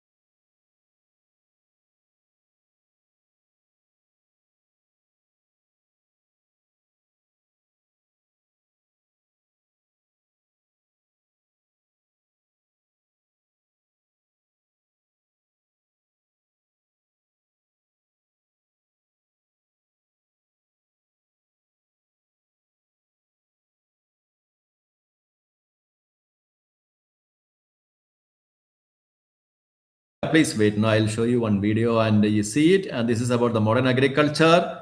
And in this one, now what you are seeing is all these are huge buildings. And inside the huge buildings, agriculture, and that's what. Okay, each building is 10 to 15 hectares of size.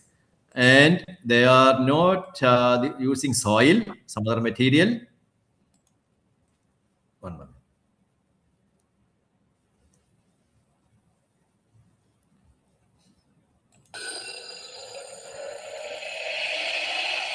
Nothing will all fine.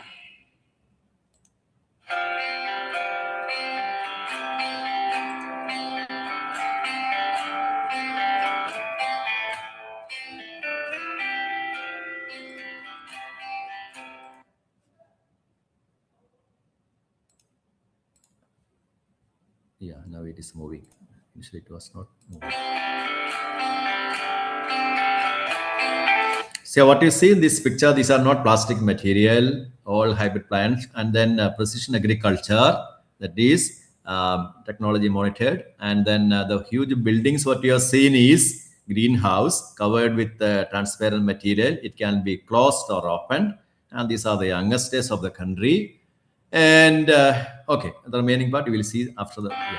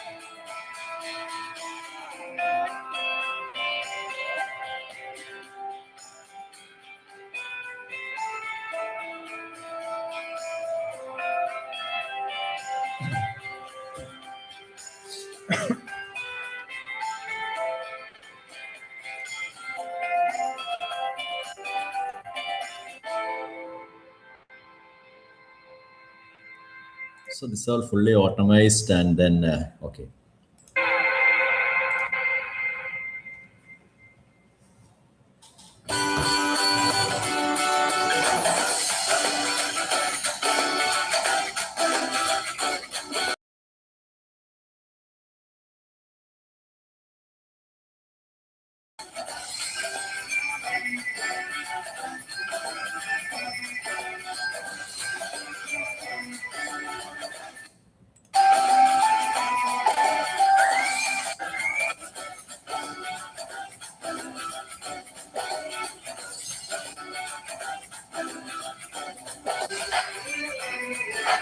So what I was telling in the beginning, it's about greenhouses. Yeah, each one is 10 to 15 acres of size.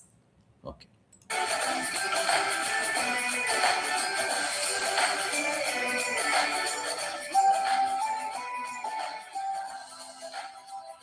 And this also we have read carefully. In addition to bell pepper is a capsicum. They can grow anything. It's a European country, like Kashmir and all European climate. And there, no, they have reached this level, they can grow anything. And the next image will make it clear what is that.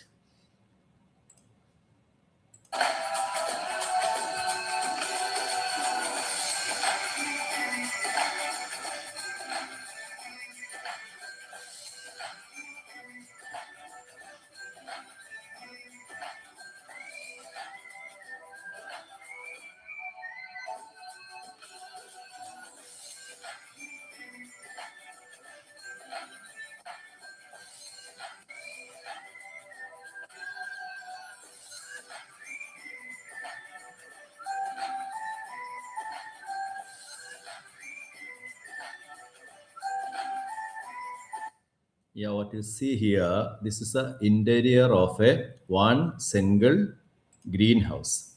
There are nearly 4,000, 5,000 of these type of greenhouses in the small Netherlands. And 80% of the products from here. Productivity, as I told you, with the modern technology, we are with the 20, 25, 30 tons of tomato, and they are with the 250, 600 tons. Number one. Number two, pests and pesticides. Not all plants, everything is not today. So how they could reach that level? And this technology has been there for the nearly 10 years. And it is soil, not soil it is used. And that now I'll take you the later and what material which they're using. And if you think this is only possible in the rich European countries, we consider generally Netherlands or this Dutch as industrial countries. It is not that way. And then I take you to another one that is from the nearby another country, Azerbaijan. Russia split into Azerbaijan, and this is a scenario there. And read the subtitles also.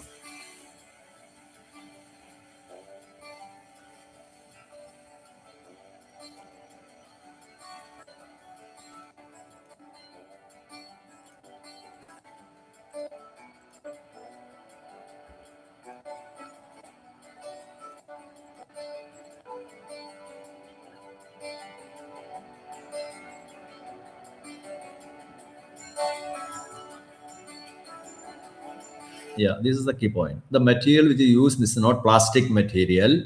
The material is either coconut fiber or metallic fiber or volcanic rock. And coconut fiber, where in Europe they get it? It is not there. So they have found out that the coconut which is available in the tropical countries, it is good for with the high porosity and it won't degrade easily. And in Kerala, I'm from, so we find it as a waste matter for us. All this tender coconut and its husk, it gets accumulated. It will not degrade easily, and people simply burn it off. And that is a material. And they import it from Mexico because Mexico is closer to learn this our country and all. Then another material is volcanic rock heated 1100 degrees Celsius, it becomes soft like sponge. Because plants, they want to grow any media. Like a lotus, their roots need some media to grow, that's all. This is all referred to research, R&D. And then the light, which I told, I think I indicated this about, it is not LED light. So during daytime, yes, nighttime, it is LED light. And during the winter season also, it is possible. And this is from Azerbaijan. Azerbaijan is a country in Russia, very cold climate. They can grow anything. And pests and pesticides.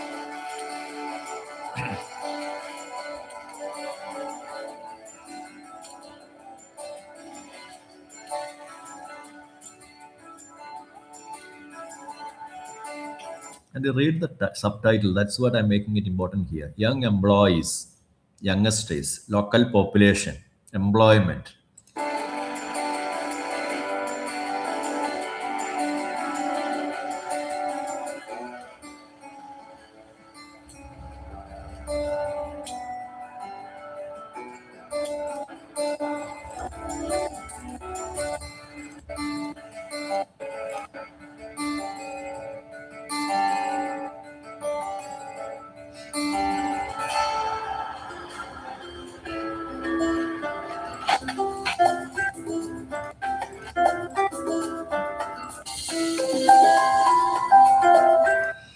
Yeah, the remaining videos now you can watch later and I share with you. So this is what I said. Yeah, research and development and the skilled population. And you have to take it a skilled population, innovative methods, creativity, and that all work together, economic growth of the country. And what you see here is inside of a greenhouse where some plants can be grown with LED light. And this is actually red and blue light. It gets purple color. It is inside a factory, agriculture industry. And this is the website of Philips, Holland Philips, the same Philips now we use it here. Advertisement. And I'll share the link if you are interested. Like yeah, there are products. These are the products they are producing for the agriculture industry. Grow strawberries with Philips green power LED top lighting. Okay. And this is a greenhouse farming, which I told generally what happened. So how they are making it. And these all websites of various countries. Those anybody is interested in making a course or something in your institution with the support of your management, you can communicate with these countries, or you can take up the help of government of India and proceed in whatever way like. Yeah. Tomato growing in hydroponic system. And this is the one I told you. Yeah, this is a coconut now. It is actually, there is a link you can visit later. Cocoa substrate, Mexico, Dutch company. And those people in the Mexico are so happy. Yeah, they were saying it was a waste earlier. No, okay. So they have, and coconut fiber advantages. That is their research. And this is the one which I told you, rock wool. Okay. So this is from the volcanic. It's a kind of rock, black granite. They heat it up and ultimately it becomes volcanic rock. It can be used.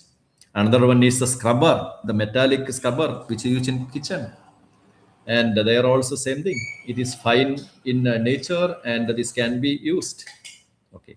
And we come back to this picture. I got it from Hindu article in 2025 in Hindu February. There was this fine picture of turmeric in the Nizamabad agriculture belt. So people are using the traditional methodology. And what you see here, there is nothing wrong with it. But you see that 3 people, 40, 45 degrees Celsius, how much time it will take and what is the productivity. Okay. And then another question. You are seeing 3 people, they are the farmers and they will be sending their kids to our schools and colleges. And how many of them will they go back to the same field? And what about the productivity? And this is the technology which have been in our country for so many years. You and me know that. Whether it is trying pepper or ginger, I am from this region, or turmeric or anything. After the loss of manpower, productivity, and why we remain unchanged. 75 years, 79 years after independence, same technology. 100 years ago, same technology. And if at all, and there was one article from Hindu, same article, March 2025. Industry is a problem. Industry, suppose someone of you coming out with a proposal, I'll make a machine. Industry will not support you because for the industry, cheap labor is there. We have a huge population. They will not. Okay, now this is what government is trying to undo. Now for the research and all, We have to try for industrial collaboration also. How that will work out, that you have to find out. Anyway, and then, so this article I'll share you, it says that industry, and the same article he says, it's a tragedy. Now we are hearing a lot about American export or garment export, India is suffering and all. But this is what written made. Bangladesh and Vietnam are in level with India long ago. How come? Modernization, traditional methodology alone, it won't help.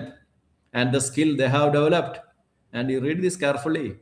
Garment export, India 3.1% last 2 decades. And now with the Americans, all this tariff and all, it has become more serious problem.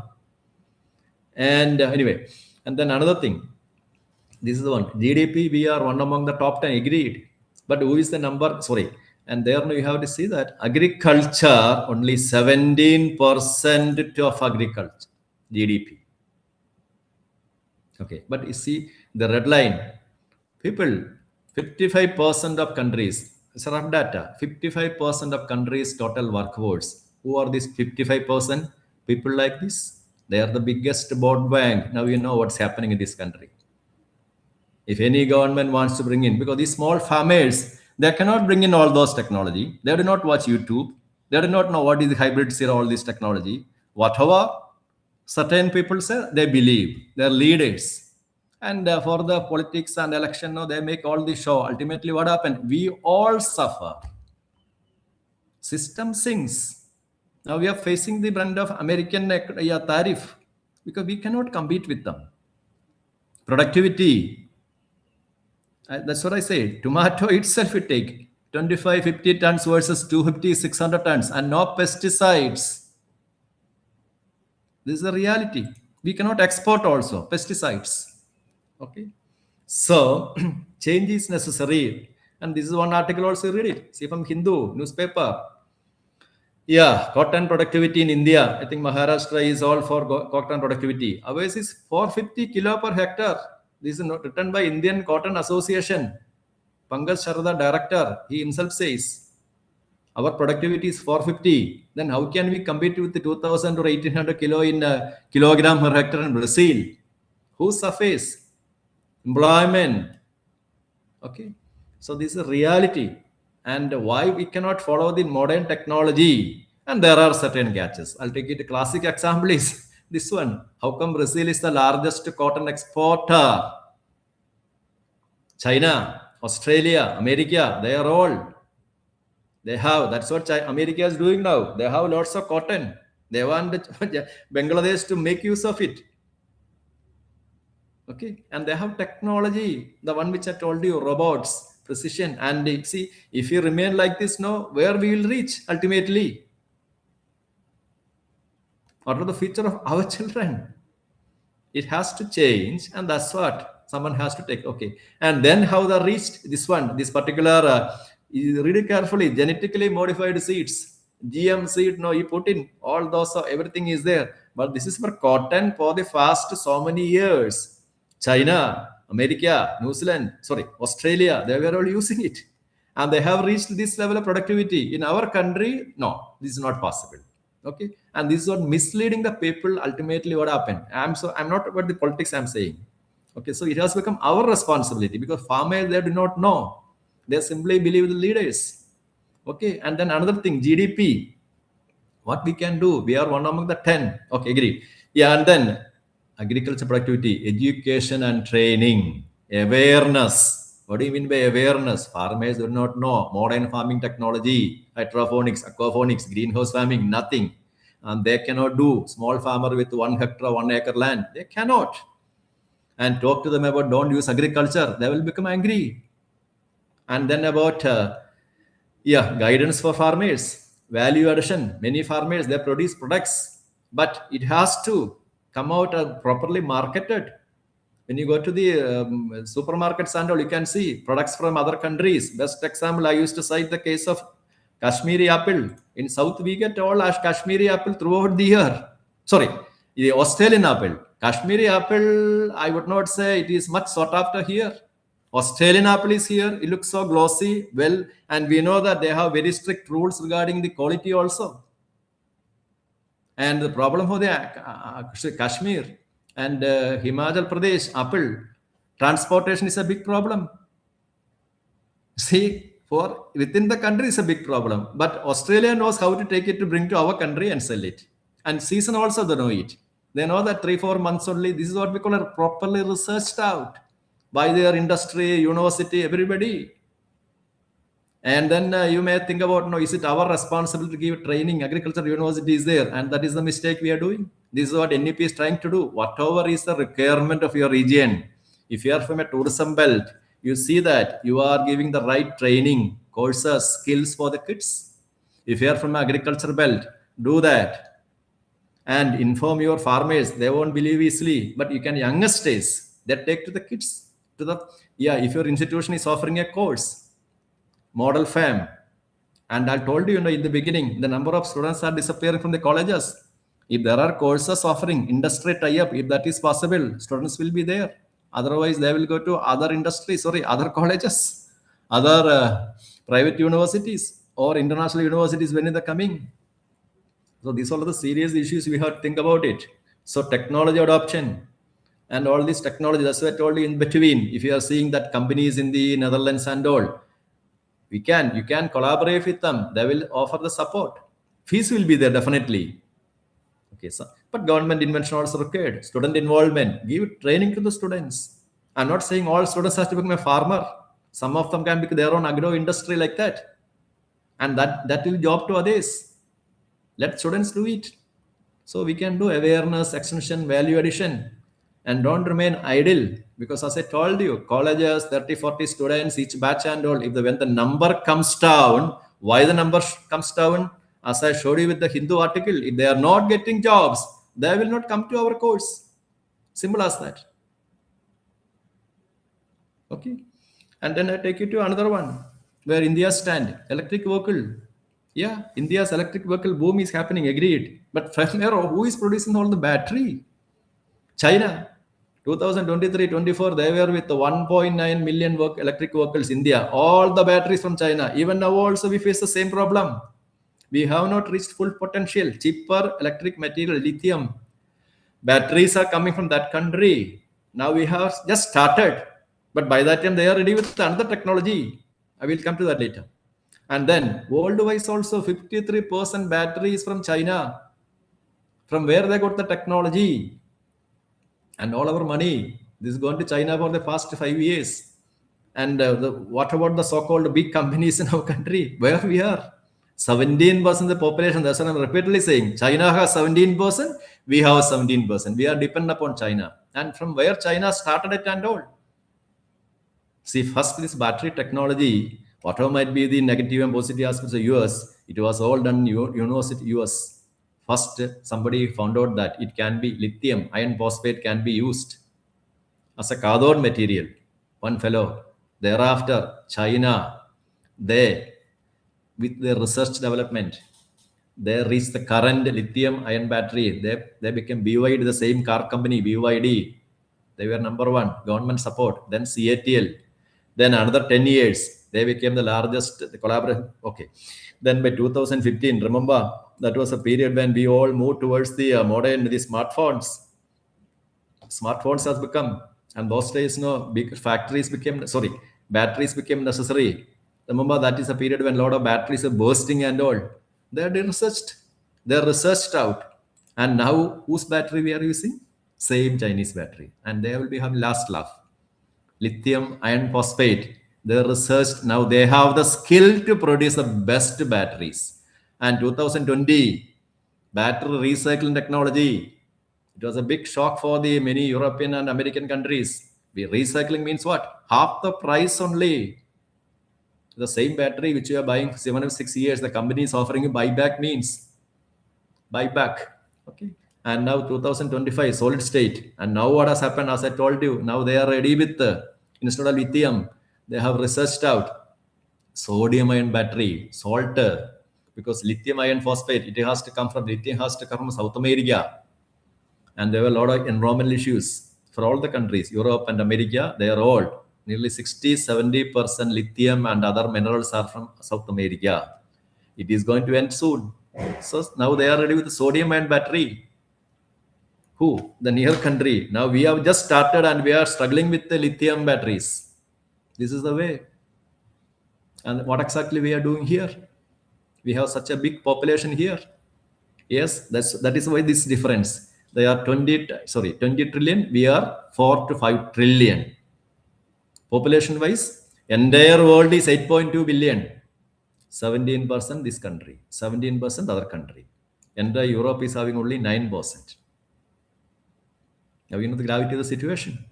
And then when we visit any web pages, Amazon or anywhere, you will be seeing this scenario, all the material, almost see this I have highlighted only on the smartphones. Now most of the best-selling smartphones are coming from these companies. And from where they get the technology and why they are marching ahead. Global dominance. Okay, then another one.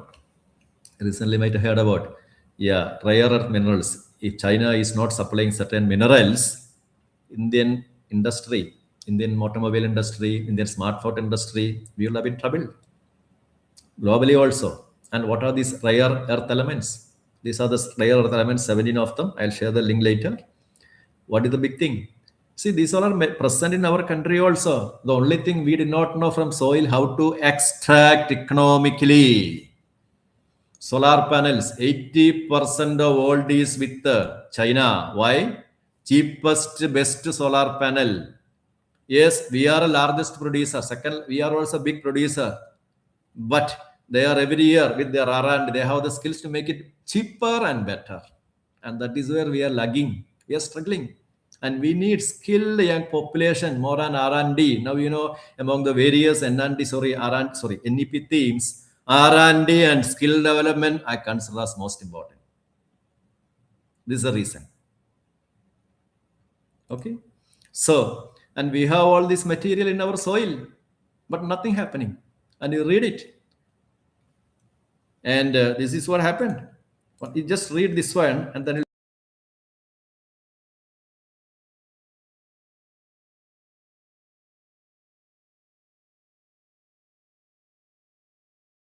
17 rare earth elements here. These are the ones. Okay. Of that, 6 to 8 are needed for each smartphone. Your smartphone. All these materials are there. Rare earth elements used. You see this list. I'm not going to read out. Okay. And for what purpose? So one example. Camera lens coating. Lamdanam. Okay. And for that, product has to come from China. 60-70% of the world is depending upon China. Okay. Then on the other side, electric vehicles. 8 to 10 electric vehicle, REs, rare earth elements are there. You can see the component, which part, rare earth elements used, lambdanum, cerium. Okay, you can see one example, display, europium. So LED screen, this is used. So if these products are, okay, so China is the company which is producing, processing also. Processing means they have a huge deposit, 44 million metric tons. Earth reserve. India has 6.9 million, comparatively less, but even then we have, but we do not know.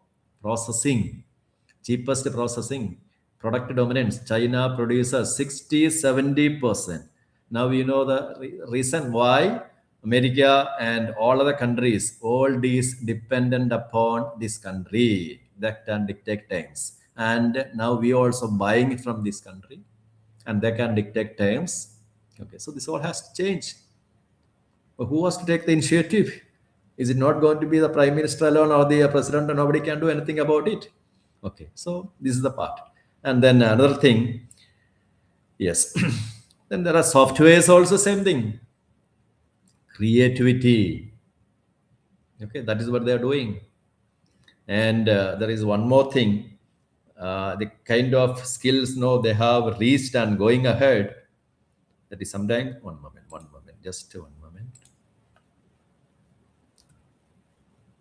If you have any questions now, you please post it. I will look into that. I may not be having answer. If any data I given here is wrong or something like not wrong, it is all based on my, okay, so one moment, okay. Okay, that I'm leaving. So,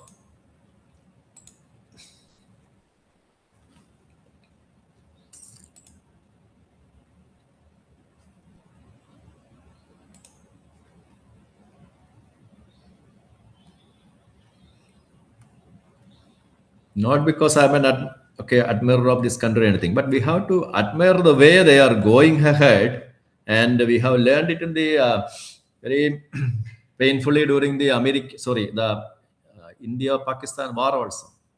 They started supplying all the latest technology to Pakistan, and even the West was surprised to see that the Rafale or such kind of fighter planes, China has nearly the equal technology. They can compete with it.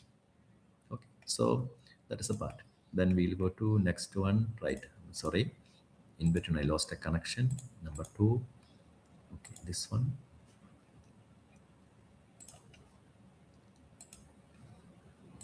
Yeah. So now we look at why do this all happening? Because how could that country could reach that level?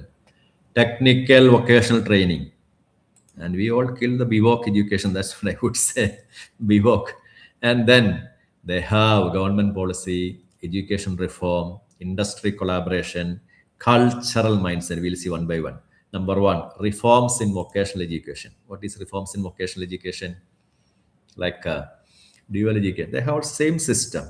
Now I know that because I have one of the papers with the Chinese students, engineers or university process and all. They follow the same system like ours, but the major difference is that you can see 50% of the kids after 9th standard or 10th standard, like that, after high school education, they don't go to school, colleges.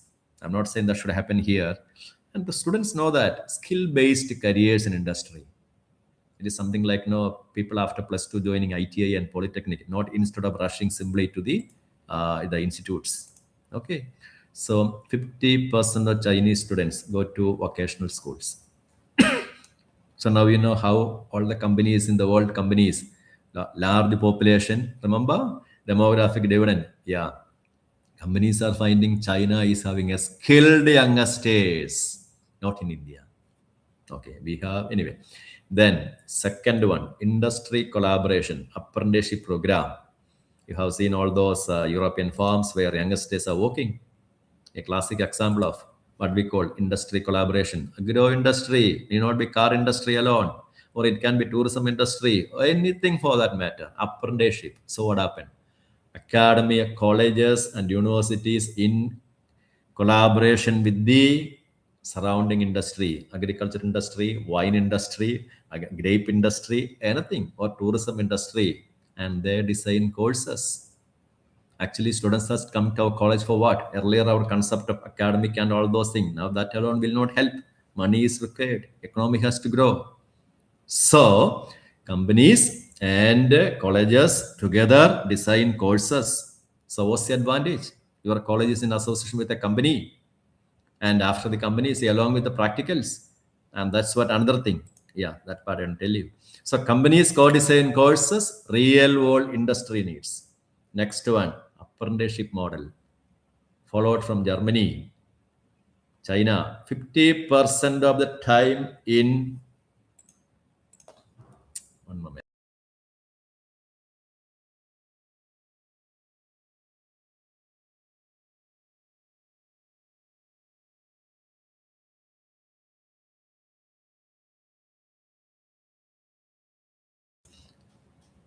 The yeah, so what we see, dual system, 50% of time in factories.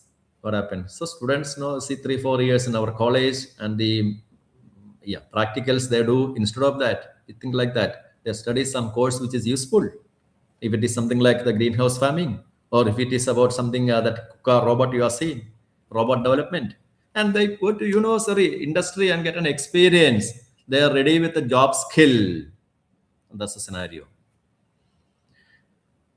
Okay, so strong industry collaboration, and this is what actually during the NAC period and all, everybody is busy. Collaboration, apprenticeship, all the things will come in our records. Government no beyond the level, advising, giving policy, what they can do. Yeah, and even if you try to do when all others are getting marks in the what we call all the shortcuts or the negative manner, or in the wrong manner, what we can do. Okay, anyway, so now it has changed. Otherwise, it is going to be a question of survival of the fittest. Dual education apprenticeship model, I said. Third one, massive government investment. Yes, this is true. There is government funding is necessary, and there are many education institutions. Then, when teachers ask me how to get the funding and all, I said I don't have any answer for that matter because it depends. In schools and all, they have PTA or whatever might be that. In colleges, or with the support of, don't try to think that we can get all the funds from government alone. May not be, because state government may not be having sufficient funds. Central government, whatever schemes they are giving, try to make use of it.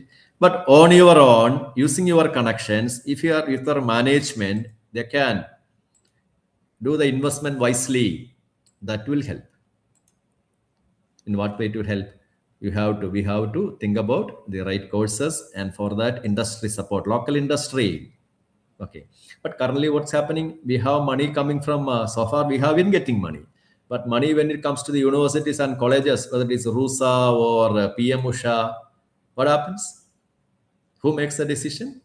Young teachers, they stay out, or they are not heard properly, or it is all imposed upon by the head of the department or somebody. I don't want to name anybody at all. So you know how it happens in your situation. That all has to change. This is government money. And China and all, there the advantage for them. They do not have. Their system is different. Single party system. Not much rights. And we are enjoying everything. Okay. So what happened? There the decision is come from the top. If the college has got 1 crore rupee, if you are in China, the institution is responsible, answerable. And that is the difference. And here, no, this is okay, we are getting money, agreed. You can get money. But when the money is given to the college, you have to see that the proper infrastructure is developed. And for the young teachers also, you have to stand up and say, this is what required. We want this one. And normally what happened? They leave to the senior teachers. And ultimately, senior teachers, now the scenario has changed. Third industrial revolution, fourth industrial revolution. See, for me, like and all, I have only another 1 or 2 years to go. Now you got the point. And you are many youngsters are there. They have nearly 1 decade, 2 decades, 20 years. If you don't see people here, if you are not able to, your institution is not able to attract, teach students. Okay, I am not. Yeah, this is all not negative. That's what I said. It is unpleasant truth. Okay, so we have to see that, and then see that you are making good labs, good practicals. The old one saying that this is what we studied long ago, that has become irrelevant. Now it is not needed. So much of our latest machinery has come. If it is not available there, try to make it or some kind of training for the students. Okay, so that is what industry experience and all. And then fourth one, cultural mind shift, skilled workers.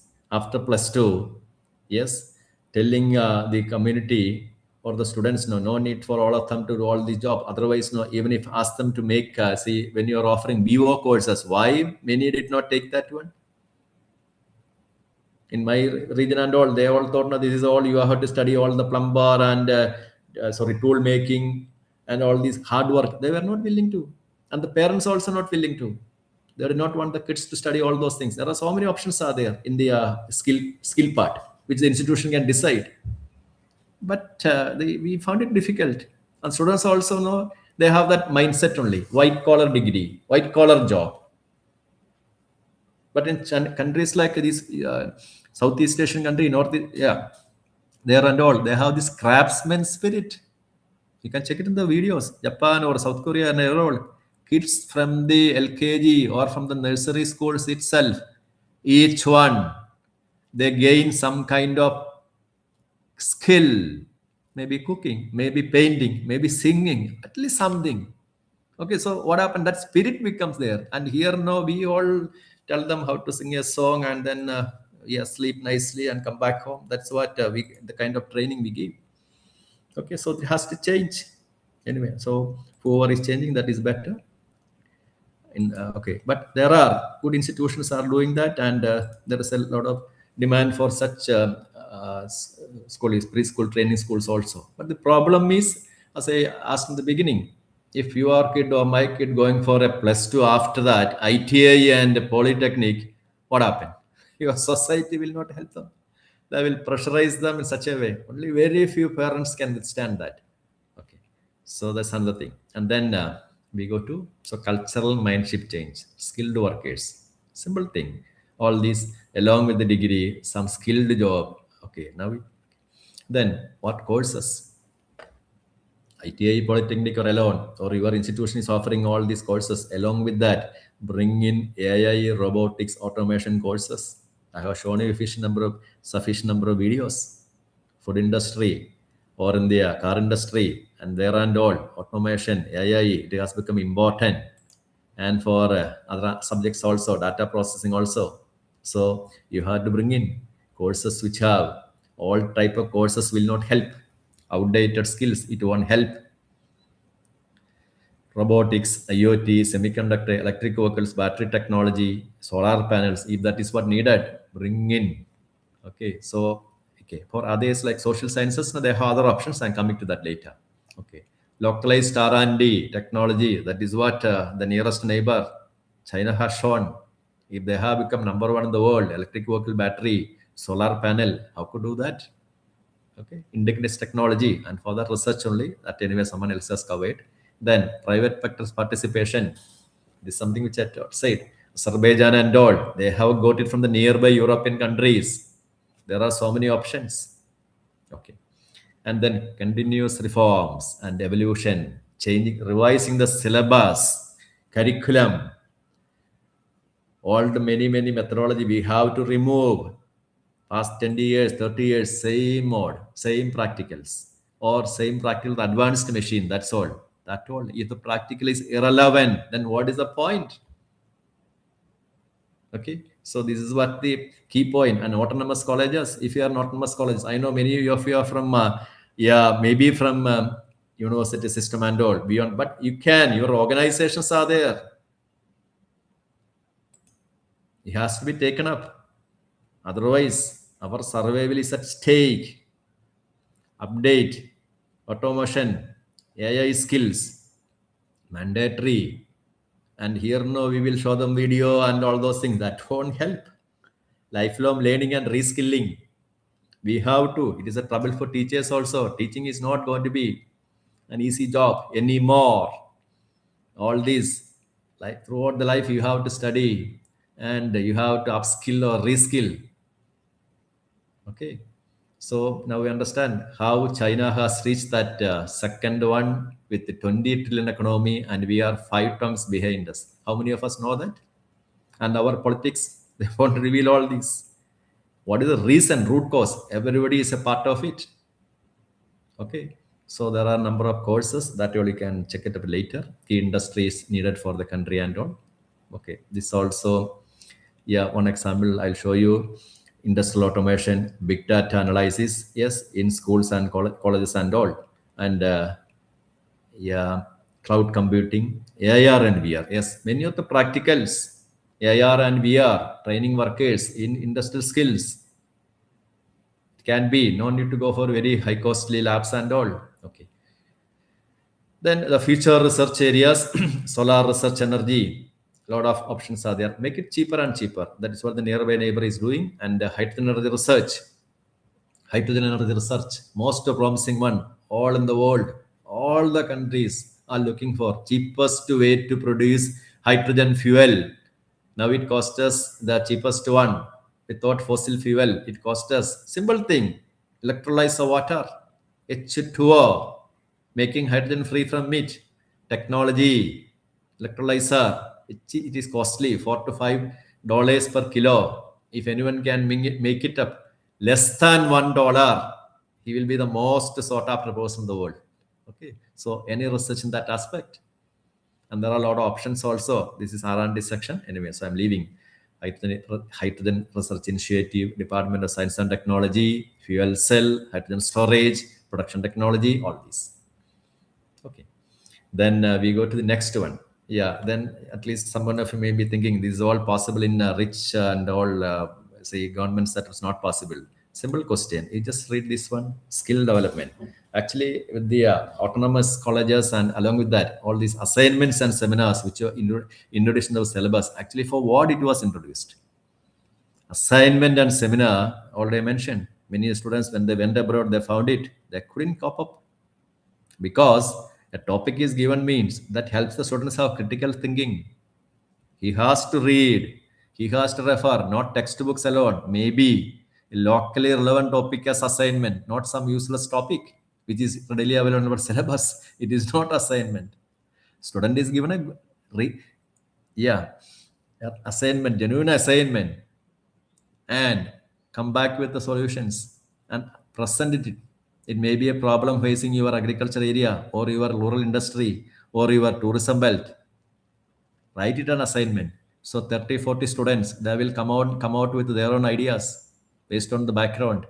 Okay. So students from the tourism industry background, fathers are, parents are, if that, they may be knowing, but others also come to know what are the problems faced by the tourism industry. Assignments. Then a lot of ideas will pour in. The entire perspective of the society changes and what we are doing.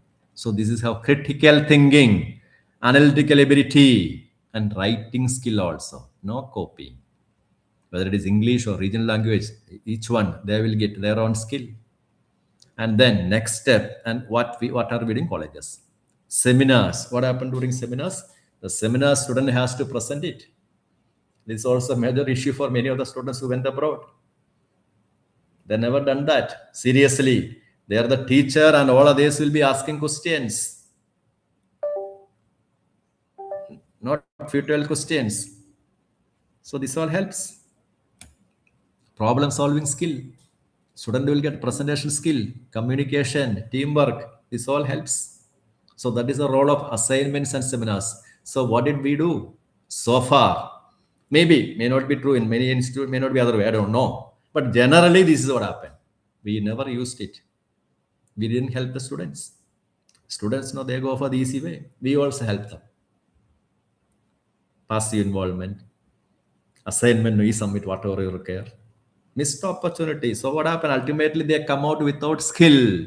The students from your college or school, they are coming out without critical thinking, analytical capacity, writing skill. When they compete with the students from good institutions, China, Vietnam, and all, they fail. This is the thing. Okay, then life skills already I mentioned, so I'm skipping that part. Teamwork, problem solving, this is all no personal thing. That no training is necessary. And then languages and the social science. In the age of AI and tech, yes, they are very much essential. Simply something a tech or app alone, it cannot survive on its own. People have to explain it to the community, local farmers, and language necessary. Something which is written in English, it will not go to the regional farmer. Number one. Number two, economy, cultural context is, the economic reality is there. The economic situation in Kerala is different from that in Kashmir or in Bihar. Culture also. Culture. I'll tell you example. Some app, Dasara and Onam in Kerala, spending pattern in Kerala, and for that only regionally economics should be known. Who will do it? Not somebody in America is going to do it. Russia is going to do it. Onam or in the now the other festive seasons are there, and similarly Ugadi. Okay, so what are the spending spikes? So a culturally aware app only. So who does this culturally aware app? App can be made by anybody, but who brought in the cultural aspect? And then next one, the language. I'm taking the example of Paytm, digital payments. Yeah, it's a loan app. And how a farmer get a loan, and that is based on his credit scoring. What is crediting scoring algorithm? How a farmer knows it. Okay, and to communicate with that and all. Somebody, suppose you are from Maharashtra, yes, Marathi. So farmer should be explained this all in Marathi. And I'm a biology teacher. I cannot go and explain to him economic things about this app and all. So economics student only required. Economic expert, a person with economic background. So now we understand how AI, whether it is whatever might be the other way around, fintech and AI and all these require language and social science. India with so many social science, regional languages and all, cultural context varies, opportunities are we have to find out. Instead, when we follow the general trend, which is followed in English or abroad, it won't help. So we have to find out in what way social science and language teachers, they can make use of AI and tech. This is what, there are so many examples are there. You can check it later. Big data, fintech, which software, like, yeah, introducing autonomous vehicle, anything for that matter. I hope I am clear and I'm audible.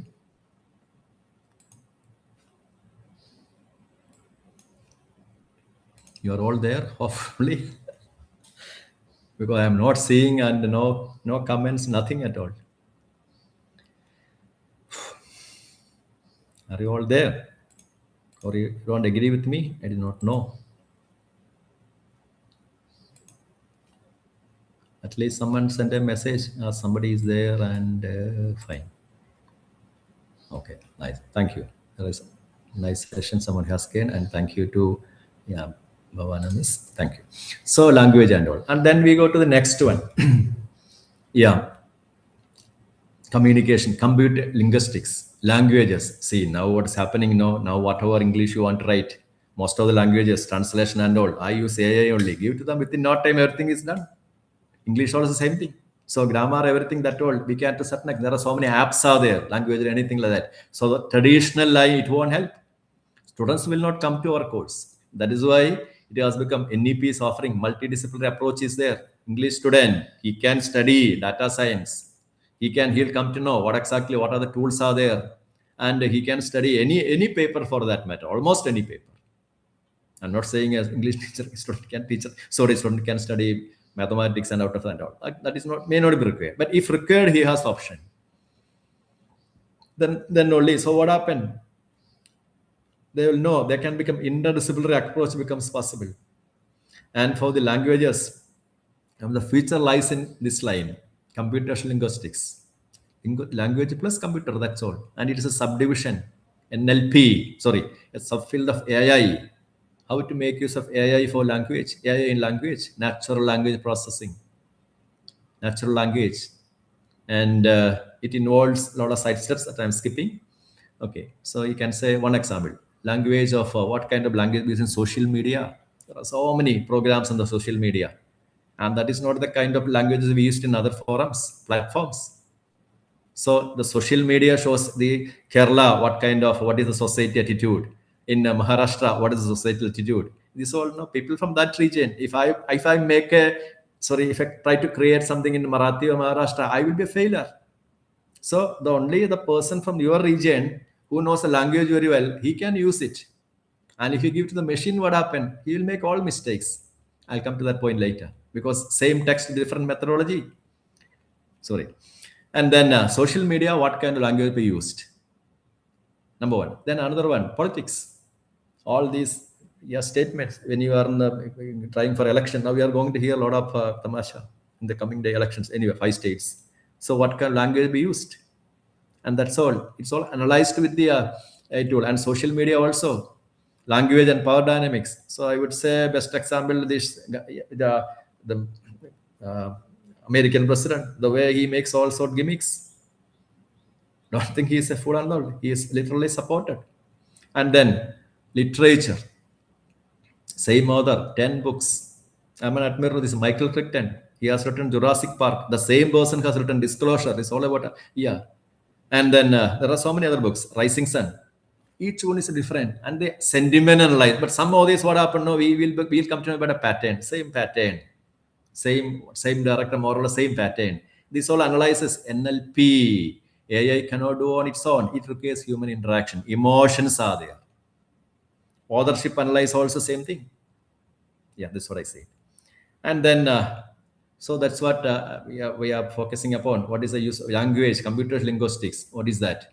So language teachers know why it has become necessary to see what are the AI tools, what are available, and they have to find out that. So we have to find out how the language can be made attractive and useful for the present generation. Otherwise, they will not be attracted towards the subject at all. So there are various NLP tools related to the text analysis, language modeling, sentiment, machine translation, then NLP applications, example, Siri, Alexa, Google Assistant. How do they do it all?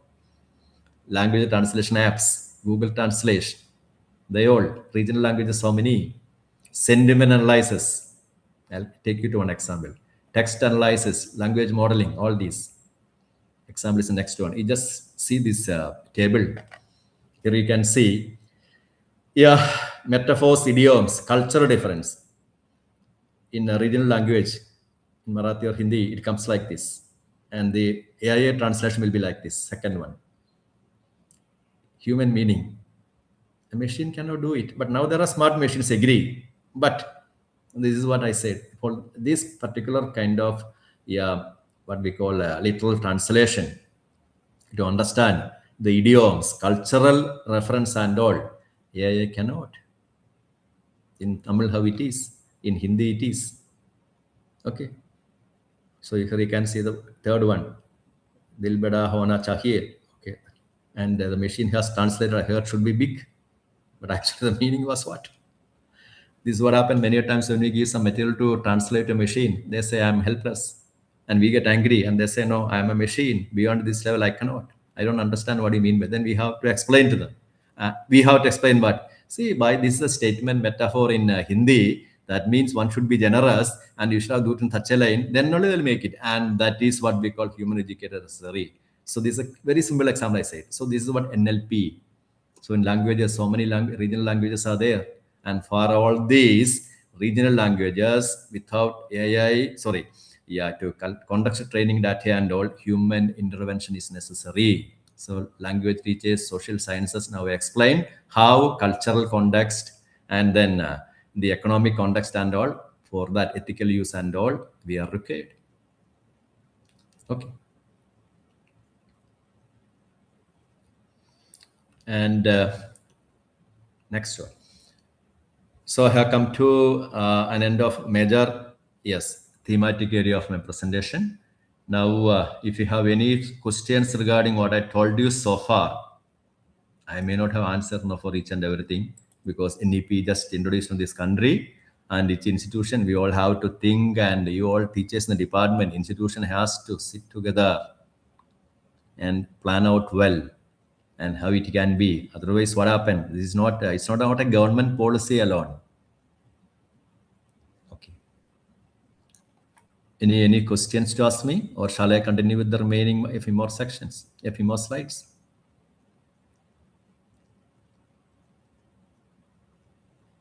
You can message it, no? Remember, I started with, there are so many things I covered. I know it was a big session. Yeah, starting with what Rabindranath Tagore said. And then there was a question of World Economic Forum, companies finding it, we are not having good skilled students and all. Now you know the context.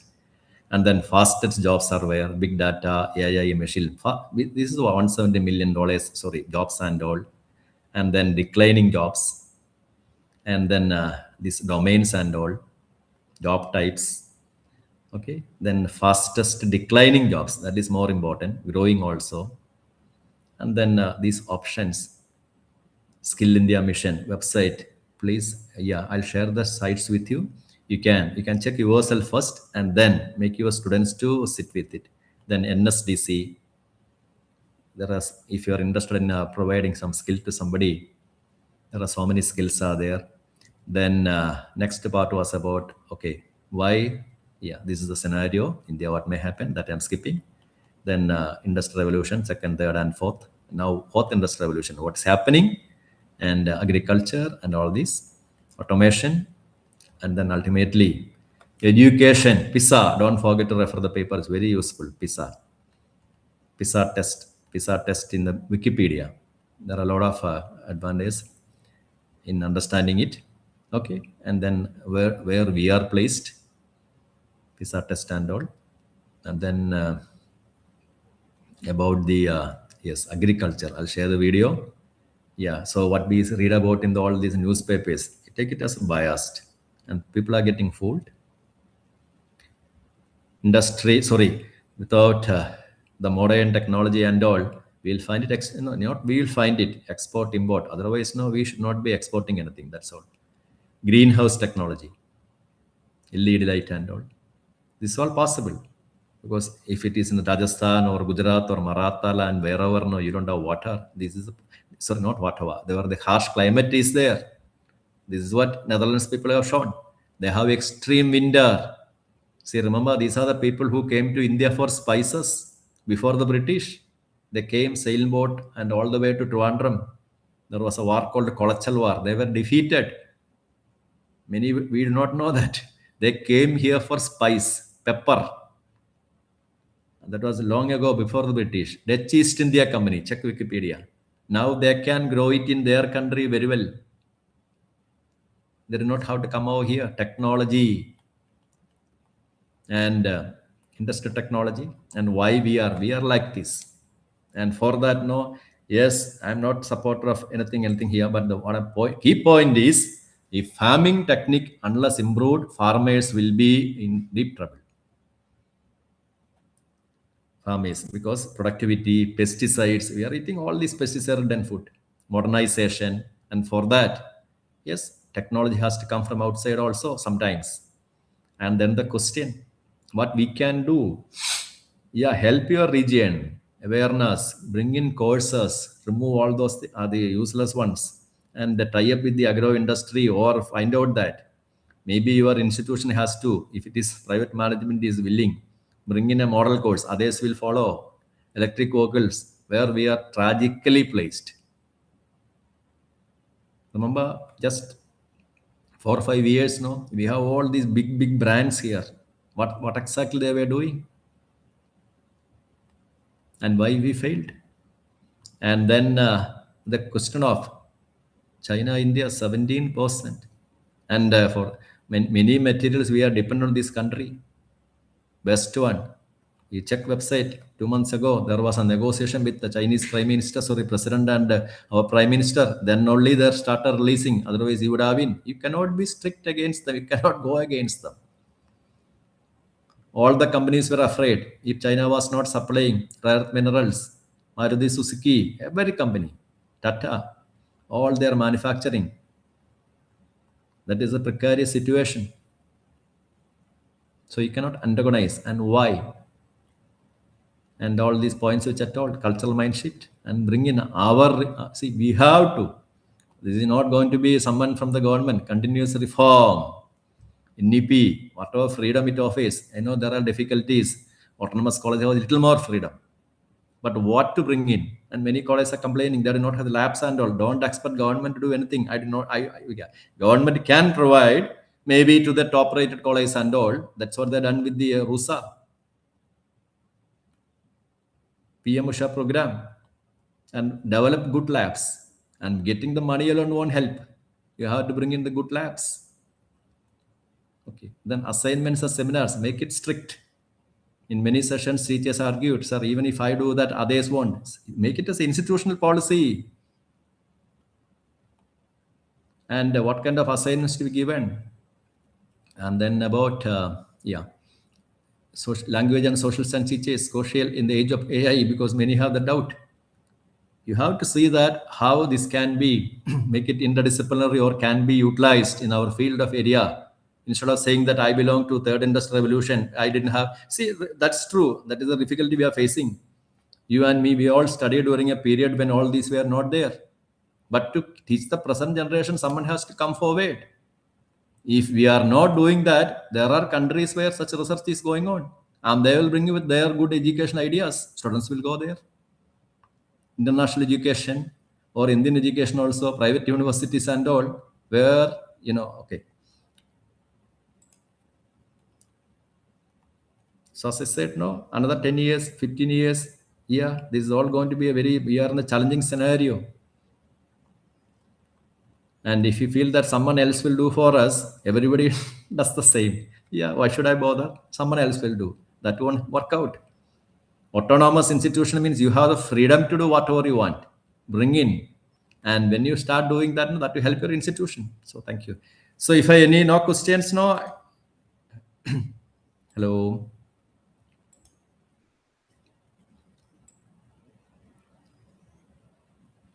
Sir, knowledge doesn't matter, only skill matter. But what should be there? That's what I said. Knowledge can be taken. See, what we are doing, theoretical knowledge is the same thing, no? Student can get it using any of the tools now. If you have any doubt about anything, you ask the AI tools, like they will give the same thing. Practical only some difficulty comes. And the skill is there. If without skill now, see how to make the livelihood, that is a problem. Earlier concept was knowledge, but now what has happened from knowledge economy, now we have, this is actually called as the knowledge capital. Imagine everybody is with PhD, 10 publications. What happens? There are so many students coming out with all these NET and all those things.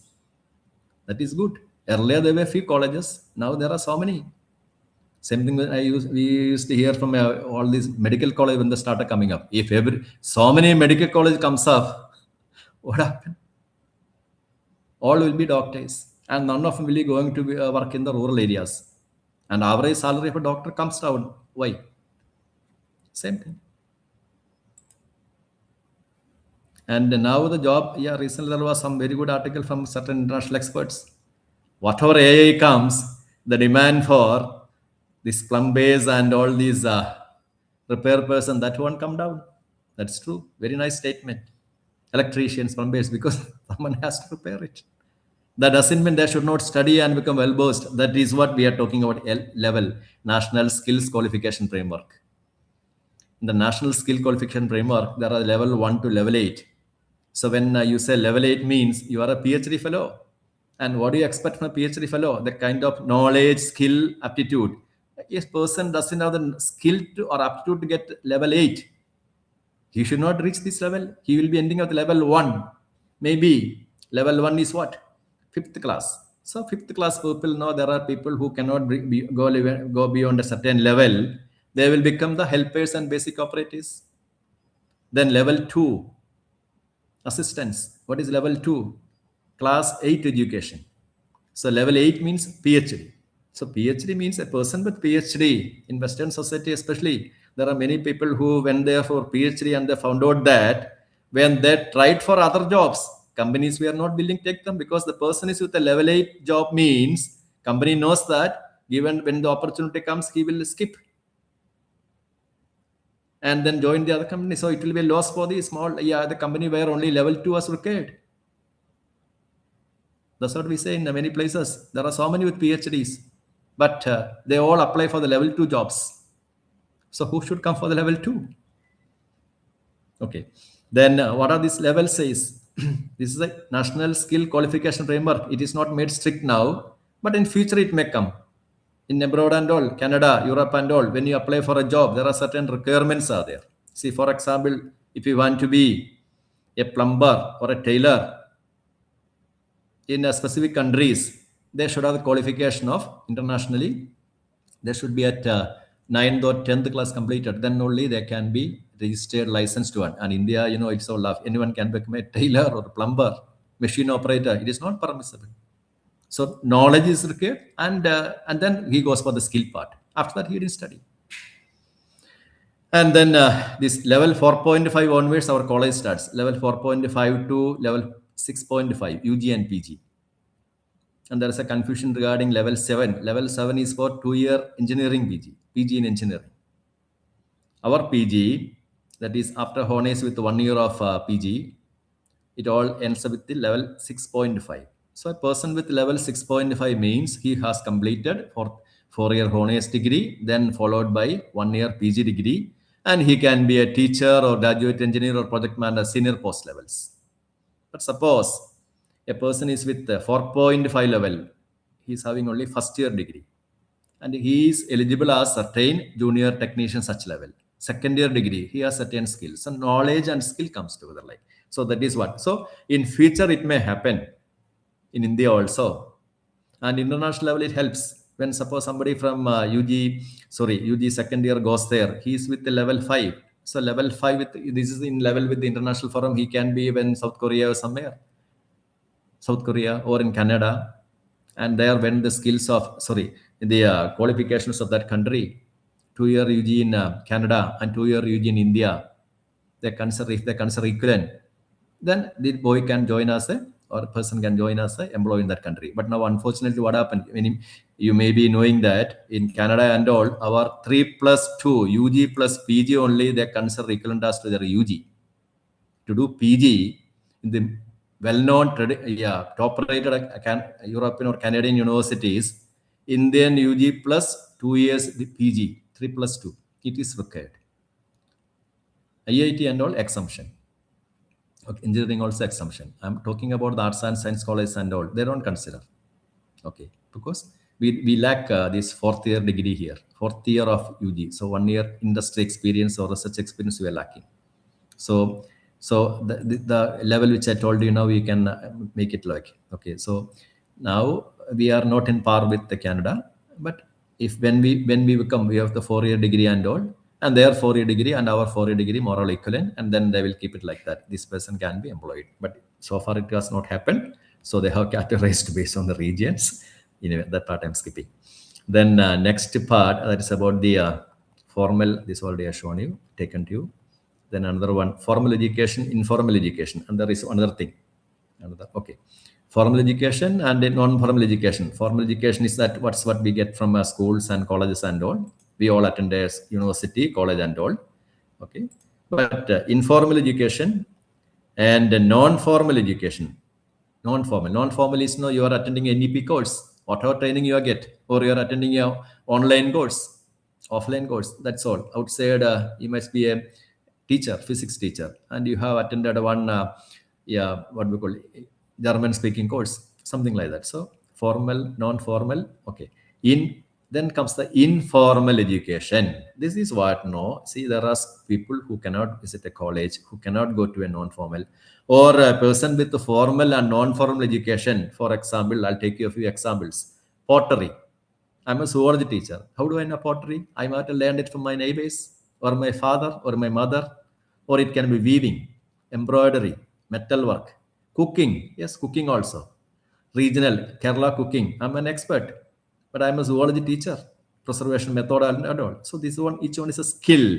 And the skill with which I'm having here, and garment making similarly, folk dance, puppetry, plumbing, all this can be explained as, stated as, we call informal education. Okay. But imagine a people from, example I take you. This is one example I cite here.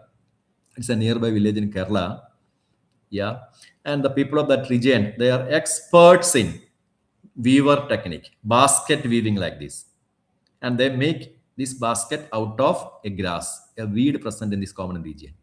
And but they do not have school education, no degree, no PG. Then how to rate their skilling? Okay. And then another person here, you can see he is a very good in mat production, mat. And this is a traditional art, woven art, and this material is made of purely natural. Kora is a plant, a grass plant present in the region, and he has expertise. And then similarly, there are other places like this. Here you can see coconut fiber. This lady is coconut fiber, now which I told you, Europe, they are using for agriculture. Yeah, and they are good in making ornaments out of it. When you visit this place, you can see that. Okay, then painting. But the problem, no, all these people are skilled, but how to grade their skilling? And that is what your institution can do. Suppose you are in a region where no, this kind of community is there. Not community, this group of people. I'm talking about work like. Okay, so they are uneducated, but you can find out what kind of practical test or interview, how to grade them, how to give them a certificate. That's all. Okay, so there may be hundreds of these people. Among the hundreds, 10 will be experts. So you can put it as A++, and the other category A+.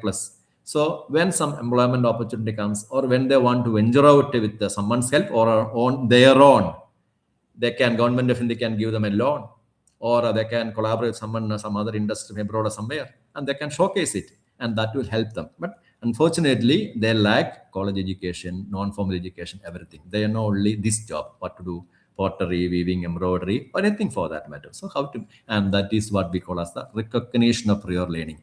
And in your region, if there are a lot of people like that, and there are skills known to that particular group of people, you can help them by becoming a part of recognition of prior learning by offering a certification.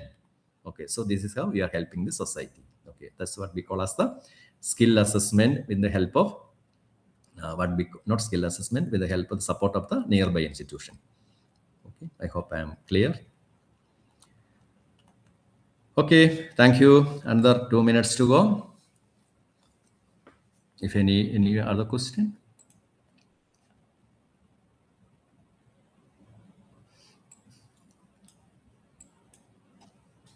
The problem, as I said, yeah, all are getting knowledgeable academically. Theoretical knowledge, that alone won't help. Skills are required, and that is what this topic is about: skill and development, skill development. Okay, and that is where our country is falling behind. Latin American Basel, same thing. So many schools, all are 100% literacy, everything is there. But the problem is economically, country is not growing. And that is what the so-called Latin American puzzle, not by someone, but it by the experts of international experts, larger, okay, this knowledge capital concept, and that have originated from here. Okay, so that I have shown you, Oseman and the Hanushak, Latin American puzzle. And the classic example, they relate with the PISA test here. You can see why this country entirely in red. Latin America, not country, entire continent. Okay.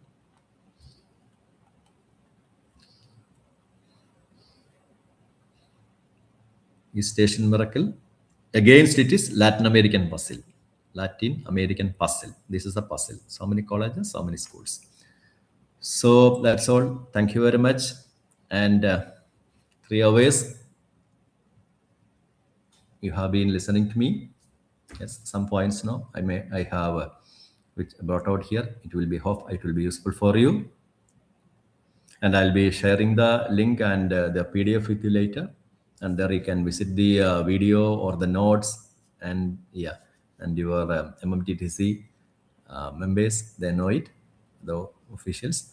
And I'm very special thankful to Professor Muhammad Atik sir, and for the MMTTC team. Names I'm sorry, I'm not familiar, for making providing me this opportunity, and to you all for patiently listening to me for such a long period. Thank you. If anything else to be done? Okay.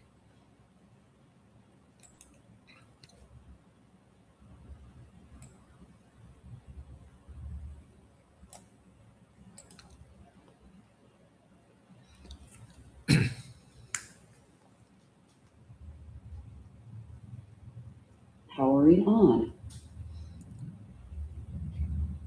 So thank you. May I leave? The course coordinator or somebody here? Otherwise, no. Thank you very much. And we will, okay, please get the notes from the MMTTC office. Thank you. Thank you, sir. Thank you so much, sir. Yes, ma'am. Gandhi, ma'am, is there any question? No, sir. Thank you. Thank you. Okay, so sir, shall we conclude, sir, if you could permit? Yeah, it's ready, sir. No, but yeah. Yeah. Okay.